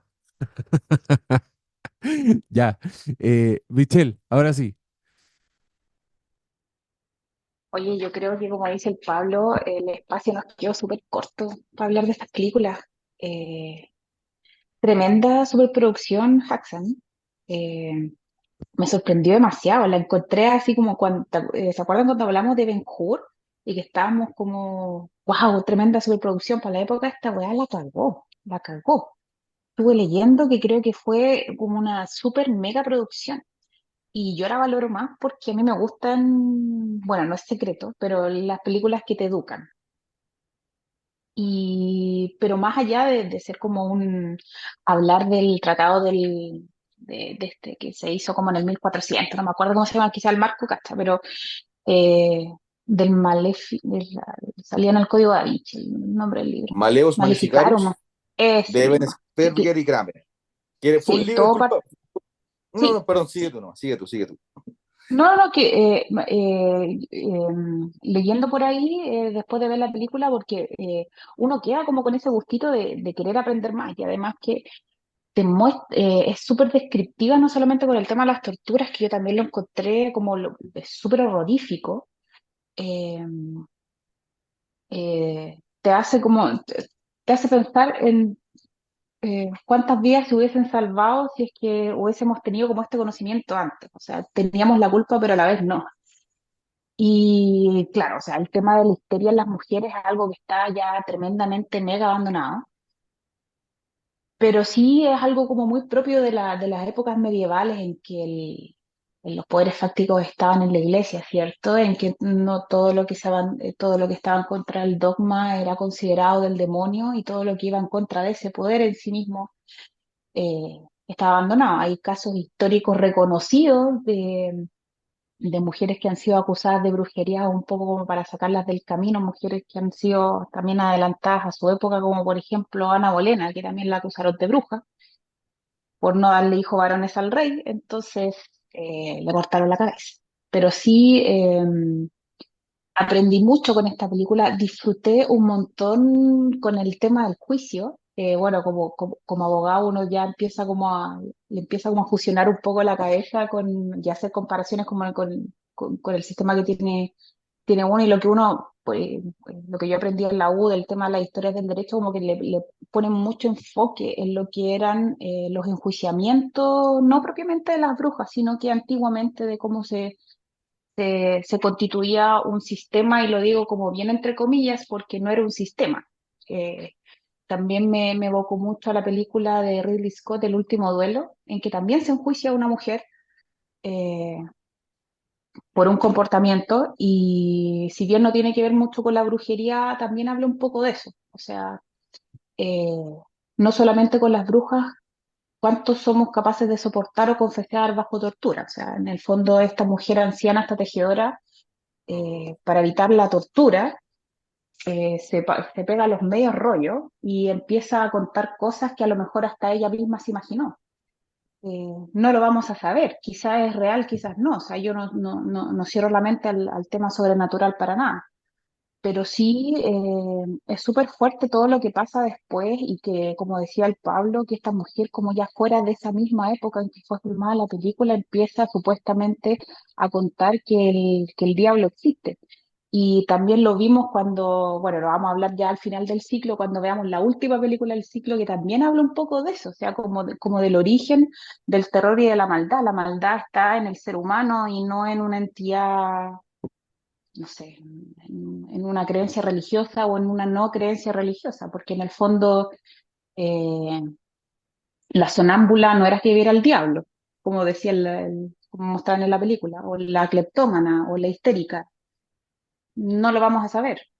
Entonces, siento que la película es súper descriptiva y es súper educadora con respecto a los mensajes que te quieres dar, no solamente eh, con el tema de la brujería y el terror en sí mismo de lo que fue en esa época, sino que, como decías tú, Diego, al principio, es bastante feminista.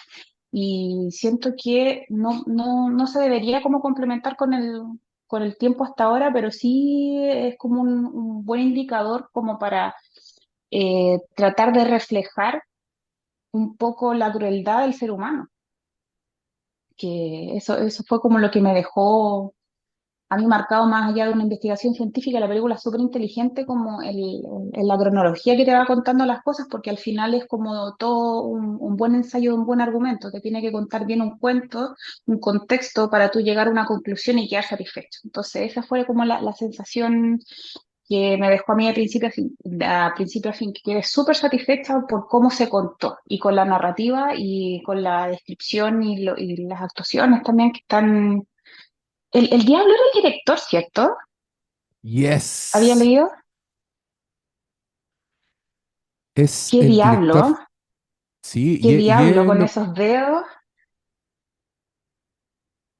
es lo mismo que decíamos de la otra película, pues, el Sí, pues, director dándose el personaje. Ah, buenísimo. el protagonismo. Así que bien, no alcancé a ver la tercera, pero la voy a ver yo creo que mañana, pero disfruté mucho con mi mente académica poder ver esto y que me generara curiosidad también por otras cosas. Así que a recomendarla. Qué bacán. Yo creo que vamos a hacer un siempre Halloween de esta película. Ya. eh, Alejandro, cuéntanos. Ahí bajé la mano. Esta fue la película que más me gustó de las 2:30, porque no alcancé a. Uy, me anduve como yendo en el Sí, distorsionado estoy. te emborrachaste. La, Ahí está. la que te apina. No, que siento que esta película fue la que más me gustó de todas las 2:30. No alcanzaba a ver la tercera, la japonesa completa, pero fue la que más me gustó de todas. Siento que es una película enciclopédica, básicamente, más que documental, busca como narrarte muy racionalmente. Y tiene esa deriva también mitológica. Porque si fuese, por eso que esta película es desconcertante, porque si fuese una película netamente documental, uno diría, bueno, esta película está tratando de explicar al principio, casi con un lápiz, literalmente con un lápiz, cómo es la creencia respecto a lo que se creía en la Edad Media, algo tan básico como que cuál era la presencia del planeta Tierra en el universo. Sobre esa base puede cualquier estupidez ser creída. Entonces, la película va en los capítulos, los 7 capítulos, va desenmarañando un poco y entrando en la imaginería de las brujas para también retratar la opresión. Yo creo que estas dos películas también están emparentadas por eso, por la opresión. En el caso anterior a los judíos, en este caso son las mujeres, y porque no existe el brujo acá, aquí está la bruja nomás. Es la bruja es la que es condenada. y es la bruja, es la mujer que siempre es la que está detrás de cualquier tipo de cualquier tipo de artificio. ¿Ah? Cuando ahí me llamó harto la atención la escena de la mujer que trataba de engatusar al cura, que era un asqueroso, porque el tipo comía de forma desatada. Yo creo que en ese sentido el director fue bastante inteligente para demostrar un poco esa suerte como de paralelismo entre el deseo de la mujer y el deseo del hombre por la carne, Ujú, en que el tipo devora como con una ansia lo que no puede devorar de manera sexual. Y por eso que ella de alguna manera le incorpora estos elementos que la bruja eventualmente le habría pasado. En esa parte entra en la mitología, trata como explicarnos un poco ese contexto. Pero después la película también te va tratando como de explicar otro elemento respecto a la bruja. Y siento que ahí la película toma un sentido más oscuro. Claramente una película cae en el terror más puro y duro y siento que las imágenes son sumamente oníricas, perturbadoras, parece que fueran extraídas de un sueño y de los sueños más oscuros quizá. Y a partir de eso nosotros nos vamos como entrando en este mundo que nos lleva el director.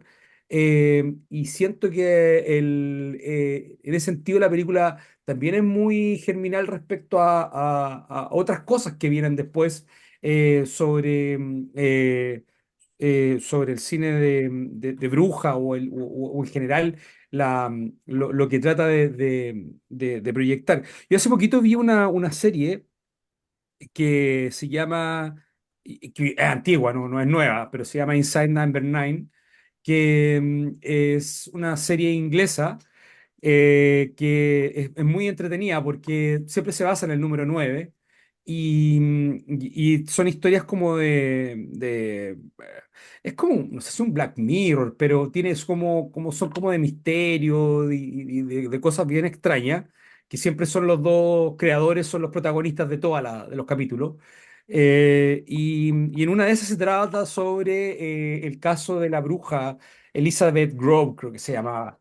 Y lo vi hace muy poco y me llamó mucho la atención porque juega mucho con la comedia y el terror, algo que se echa de menos en el cine actual, y que los ingleses todavía lo usan, mezclar la comedia con el terror.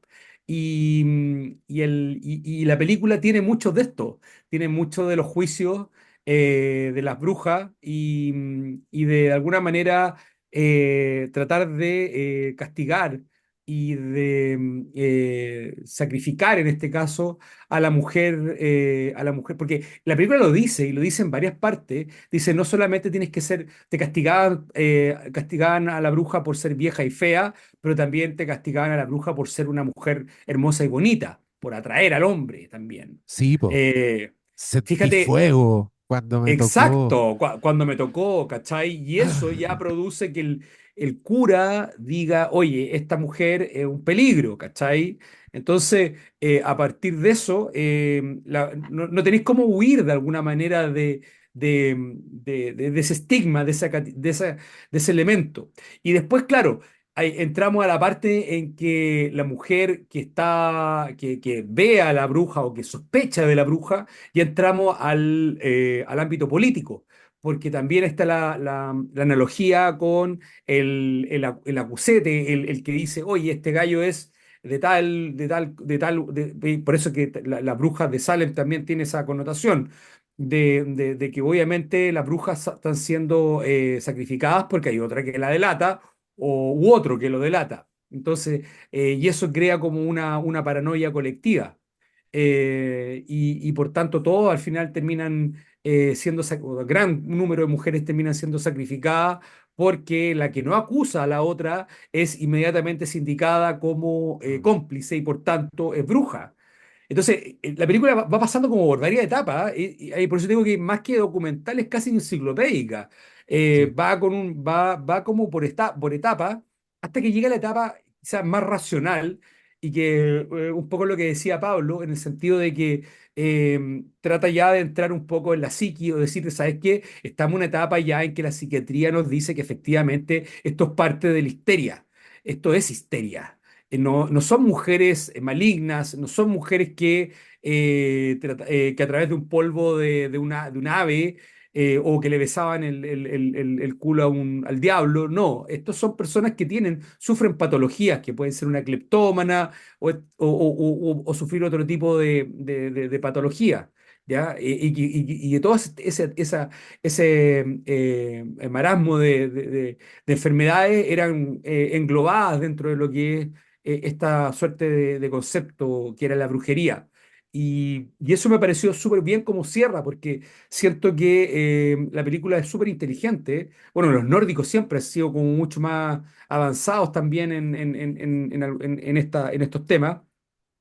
Es curioso que ninguna de las tres películas que recomendaste, ninguna es gringa, de la década de los 20, porque los norteamericanos siempre, bueno, surge un poco esta explosión en el cine también con posterioridad, pero uno se da cuenta que los europeos entre guerras incluso, luego de la Primera Guerra Mundial, con toda la devastación que pudo producir el número de bajas, la cultura dentro de todo se mantuvo porque las ciudades, incluso si tú te das cuenta cuando filman en Alemania, lo vimos en el Doctor Caligari, las ciudades se mantuvieron. Si la primera guerra se dio en trincheras, se dio en campos, ¿cachai? Las ciudades no fueron destruidas, como las hacía en la Segunda Guerra. ¿Cachai? Entonces, tú lo que ves en la década del 20 dices, pero ¿cómo filmaron esta película después de la Primera Guerra Mundial? Si está la cagada y no quedó nada. No, no, la vida, digamos, de las ciudades no es que se mantuvo, pero sí no fueron arrasadas como sí ocurrió después. Entonces, lo que ves en esa época es que también hay una gran arrojo cultural, un hambre también por tratar de explicar lo inexplicable, y esta película es muy racional, creo yo, para tratar de explicar una teoría sobre la brujería que al final es un envión para todo lo que es la cinematografía de terror vinculada a la brujería hasta el día de hoy. Ustedes lo mencionaron antes, dijeron Roger Ayer, ¿cachai? O lo que se te ocurra, y lo vamos a ver después que también con otras películas de brujas, pero en especial yo la encontré súper inteligente y la encontré muy, en un gran nivel. sí, estoy muy de acuerdo. Hoy estamos casi en la hora. Me dan ganas de seguir hablando de Haxan. Oye, yo Eh, quería decir váyale, un- váyale. una reflexión cortita sobre la película. Em, lo primero, como sobre el formato de documental, que yo siento que si el weón le hubiese puesto recreación, así como en chiquitito arriba a la derecha, esta weá cae de perfecto en el National Geographic. Así. Y yo la compro perfecto como algo que pasó, todo real. Em, La raja. Otra reflexión que concuerdo con lo que decía Michelle, creo que fue, sobre, claro, uno desde la mirada abogadística de la importancia del debido proceso y la importancia de los juicios y todo lo que hemos avanzado. Pero yo me quería quedar también con la arrogancia del presente, porque lo dice el tipo en su película de los años 20 así con una seguridad, con una soberbia, que ahora ya estamos seguros que La esto histeria. en realidad Sí, pues. no era brujería, sino que es histeria, ¿cachai? Y nosotros tenemos que abandonar la histeria, pero con la misma seguridad afirmamos que esto es, no sé, esquizofrenia o cualquier otra weá, y que en 100 años más vamos a ser nosotros los ridículos que con teorías y que estamos nosotros diciendo con una seguridad suprema de que estamos seguros de que tenemos Sí, todas las respuestas. Y, y una cosa que siempre uno habla de cómo hemos avanzado, ¿cachai? Siempre que nos movemos, siempre avanzamos, siempre vamos para adelante. Y en realidad la estamos puro cagando, quizás. Pero siempre como que el presente es lo mejor que hay. ¿Eh? Y es me queda verdad. la Sí. sensación de que lo que dice el director es súper aplicable, es algo que tú podrías ver perfectamente en un documental de hoy día, de alguien que esté estudiando las tribus de África y termina así como, no como el hombre moderno, ¿cachai? Que estamos así, en la mejor época de la vida, qué sé yo. Y en relación a a la película, Yo igual me dio miedito en un par de partes. Sí, fueron, yo creo que las tres películas hoy día tenían momentos bastante creepy. Creo que la japonesa es probablemente la más creepy, que parece una No, pesadilla, no llegué a pero la esta japonesa. tiene, no, no, ¿cómo? No llegué a la japonesa, te digo. No, no me dio para No, verla. ya, mira, sí, yo creo, de todas formas, no sé si da tanta conversación la japonesa, pero cerremos Haxan por el momento, porque yo quiero pegarme un pedazo, un micro anciano le grita a una nube. Es que yo estoy tan enchuchado como con esta queja de que hay que poner mujeres fuertes en el cine, de que el cine tiene botadas a las mujeres, que me da la sensación de que es como una queja nueva, así que intentaron sobrecompensar en cierto tipo de cine. Pero cuando uno revisa como el cine de género, te das cuenta que bueno, siempre hay una reivindicación desde las mujeres desde el principio. Y sin necesidad de inventarte girl bosses o mujeres así que controlan todo, no, weón, pero sí creo que hay como cierto i- intento por estar permanentemente reivindicando, fortaleciendo, contándote historias desde su punto de vista. Entonces, me parece tan inventado ese problema. Y creo que también tiene que ver solo para conectarlo, para que no quede tan en el aire, con lo que decís tú de la arrogancia del presente. La arrogancia de decir, ya, ahora sí tenemos el diagnóstico correcto de lo que estaba pasando sin mirar para atrás, sin mirar para adelante y sin nunca como o tener un poco la humildad de mirar para atrás antes de- de lanzarte. Me parece fascinante en esta película también lo cápsula temporal que es justamente por esto, justamente por llegar a ese punto del presente donde esta ciencia está tan validada y como con ejemplos así bien concretos, weón, la piromanía. Esos eran los problemas mentales, como el pirómano, el sonámbulo y el cleptómano. ¿What? Y todo eso era culpa de la histeria y con paralelos así, incluso que ahora a nosotros nos parecen chistosos, pero que claro, en su momento, puta, igual son ilustraciones como con valor científico, como cuando dice una de las pruebas para detectar a las brujas es que tenían un punto sin sensibilidad y muestran el juicio donde le tocan con un palillo weá, en la espalda y dice, no sentí nada, eres bruja. Y después lo mismo, pero es como en la consulta del doctor, donde en verdad es un síntoma de la histeria. Y esa es la explicación. Eso es lo que pasó. ¿Cachai? Dejando de lado eso, a mí me encanta el feminismo de esta película. El buscar cómo hacer esta justicia, claro, desde un lugar que a nosotros ahora nos parece absolutamente ignorante, pero, puta, esa intención estaba. Estaba la intención de mostrarte como este coletazo de todo lo sobrenatural que ya nos plantaron, ¿cachai? Que ya nos mostraron, que ya nos ilustraron. Eh, Impresionante. Y ya, pasémonos a la última película de la velada, que es A Page of Madness, Kuruta Ipeji. Una página de locura que es una locura. Me encanta el rango que hubo de película hoy día porque esta es prácticamente una película experimental que creo yo que la experiencia de verla sube pero un montón justamente gracias a la música. Esta es una música que es abiertamente contemporánea, es una música que le pusieron en los 70 creo, que fue cuando encontraron esta película, estuvo perdida 50 años. Le pusieron una música que también está muy sincronizada con lo que estáis viendo. Y que la weá es como yo estar ahí con audífono y era como una experiencia en sí misma, escuchar esta música. Una historia absolutamente incomprensible, porque le falta un pedazo. Esta es una película que me encanta que como que todos los lugares adoptaron el cine mudo de distintas formas. Unos pusieron cartelitos, música en vivo, al parecer los japoneses tenían narradores, tenían un señor que te iba contando en vivo lo que estaba pasando, complementando, y que eran artistas en sí mismos, eran personas así con mucho histrionismo, un espectáculo que está perdido, que solo hay como recuentos de lo que era, y que el hermano de Kurosawa era uno de ellos, era uno de esos, era uno de estos narradores. En esta película eso no existe, entonces la weá casi que es como un mood. Yo no sé los que la vieron si qué lograron percibir de la historia, una weá rarísima, que tiene sentido. De hecho, si ustedes buscan el Wikipedia de esta película, cuenta la historia, que no está en en la película, pero la película es un mood y es una weá que puede estar perfectamente en un museo de arte contemporáneo. O sea,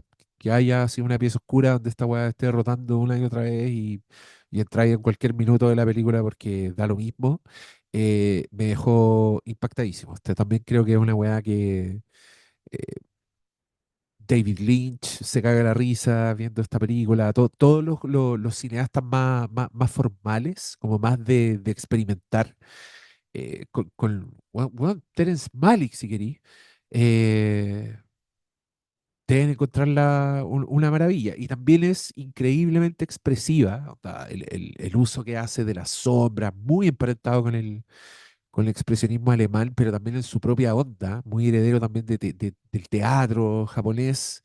Y yo esta película la encontré en una lista, en un ranking de Letterboxd de películas de los años 20 y no sabía nada de esta película.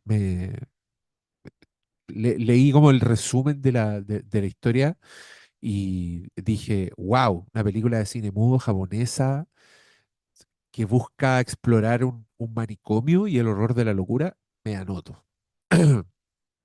Como yo suelo tener esta deformación profesional, que me gustan las historias de las películas, cuando son más abstractas me cuestan más. Y creo que esta fue bien ruda, pero me tuvo fascinado todo el tiempo. Creo que no logré a meterme en la película como me meto, como me metí en el Golem o en Haxan, pero la weá es una experiencia impresionante, que incluso le ayuda a que esta no está remasterizada, esta está como la encontraron. Entonces, no es remasterizada la palabra. ¿Qué fue lo que le dijimos? Se me fue la palabra. Restaurada. Restaurada. Esta no está restaurada, entonces es la weá una locura. Hay pedazos súper rayados que se mezclan con las texturas de, de la película misma, que tiene una cantidad de texturas así impresionantes. Y es gente que está, encuentro yo, en otro estatus, en otro estrato de creación artística.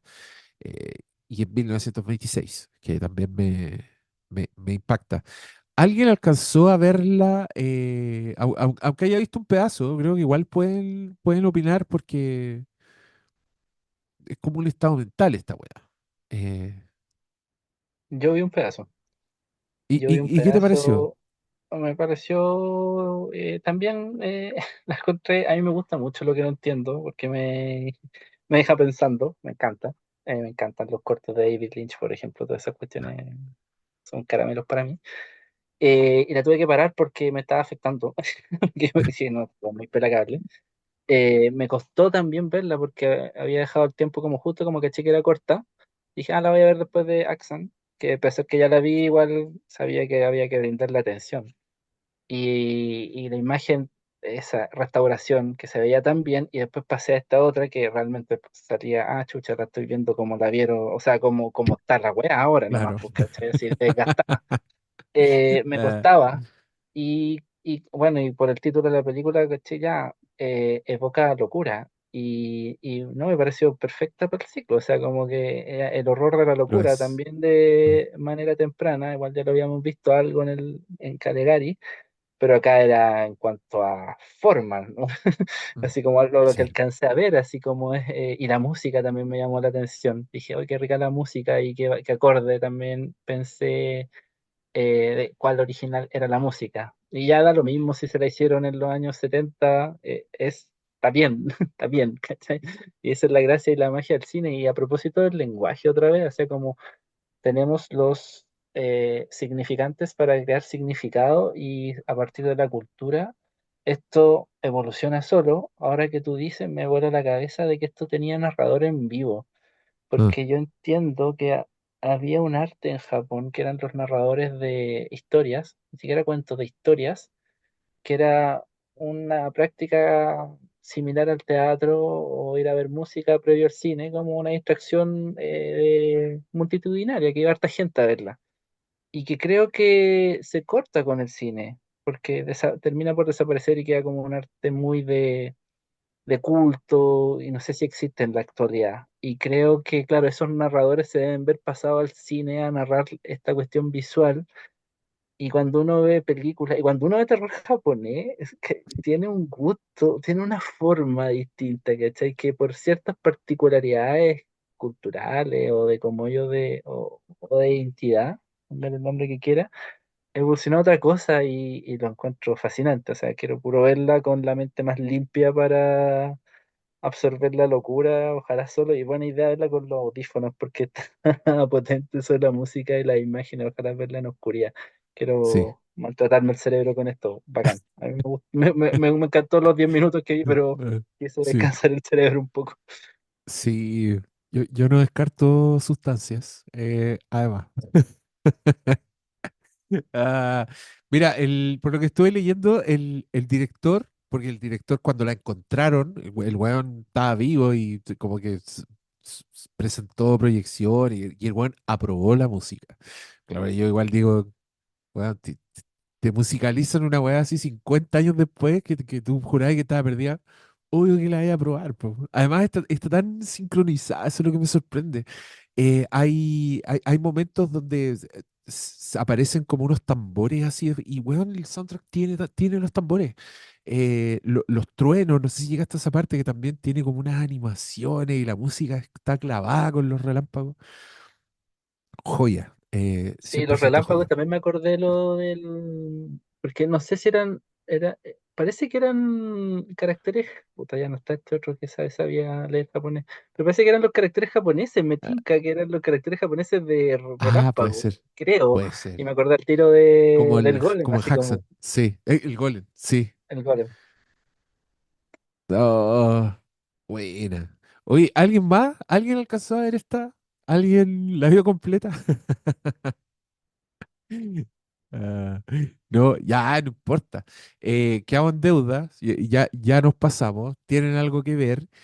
A mí me tinca, no me tinca, me consta. Esta conversa con Jausu, que vamos a ver en un par de décadas más. Otro bolón japonés para ver en sustancia. Así que tienen de aquí a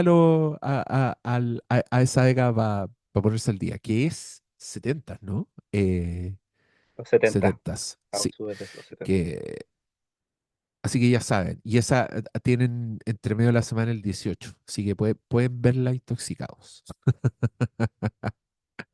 Ah, y, y nada, pues.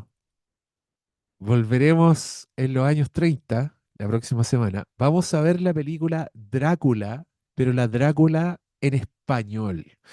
¿Qué significa eso? En esa época no se doblaban las películas, sino que cuando el set era desocupado por los actores, entraban otros y hacían la película en español. Según el pastor Salas, esta película es mejor que la Drácula de Bela Lugosi, que es la que hacían de día. De día filmaban la con Bela Lugosi, de noche llegaba otro director, otro elenco, e hicieron esta locura. Todavía no subimos esta a carpetas, pero se subirán. Sí sé que si ustedes tienen el Blu-ray de la Drácula de Bela Lugosi, esta Drácula es como es un bonus, está incluida. Así que la pueden ver ahí también. La otra es Vampire de Carl Theodor Dreyer, que también otro emblema vampírico. Y vamos a ver The Black Cat, una adaptación de Edgar Allan Poe con Boris Karloff que no he visto y muero por ver hace mucho tiempo. Así que esperen, les voy a informar ahí en WhatsApp cuando subamos a carpetas. Y si no, veremos también si están en YouTube o en otras partes, pues no necesariamente Perdón, en los Drácula, streamings. Drácula Spanish Version estuvo mucho tiempo en Max, HBO Max, por si Y ya quizás no. todavía está. No sé, es que no Ah, la he la revisado, pero estuvo buscaremos. mucho tiempo. Sí, ahí están casi todas las Universal Monsters, así que iremos para allá. Oye, se me había olvidado decirle, tenía esa trivia, el director de foto del Golem terminó siendo director de foto de Universal Monsters. Y fue el director de foto de La Momia, creo. Y también pasó antes por Metrópolis, así que una tremenda carrera tuvo ese caballero. Y, y ya, gente, muy contento estoy, excelente, primera sesión. Nos vemos la próxima semana, cabros. Gracias por tanto y que la fuerza nos acompañe. ¿Ah? ¿Ah? No sé, Chao. Ah, nos Haber ya. empezado un martes vemos. 13. Sí, Sí, están penando. cierto. Buenísimo. Ya. Chao. Cuídense. Nos Chao. vemos. Chao, nos vemos la próxima semana. Chao. O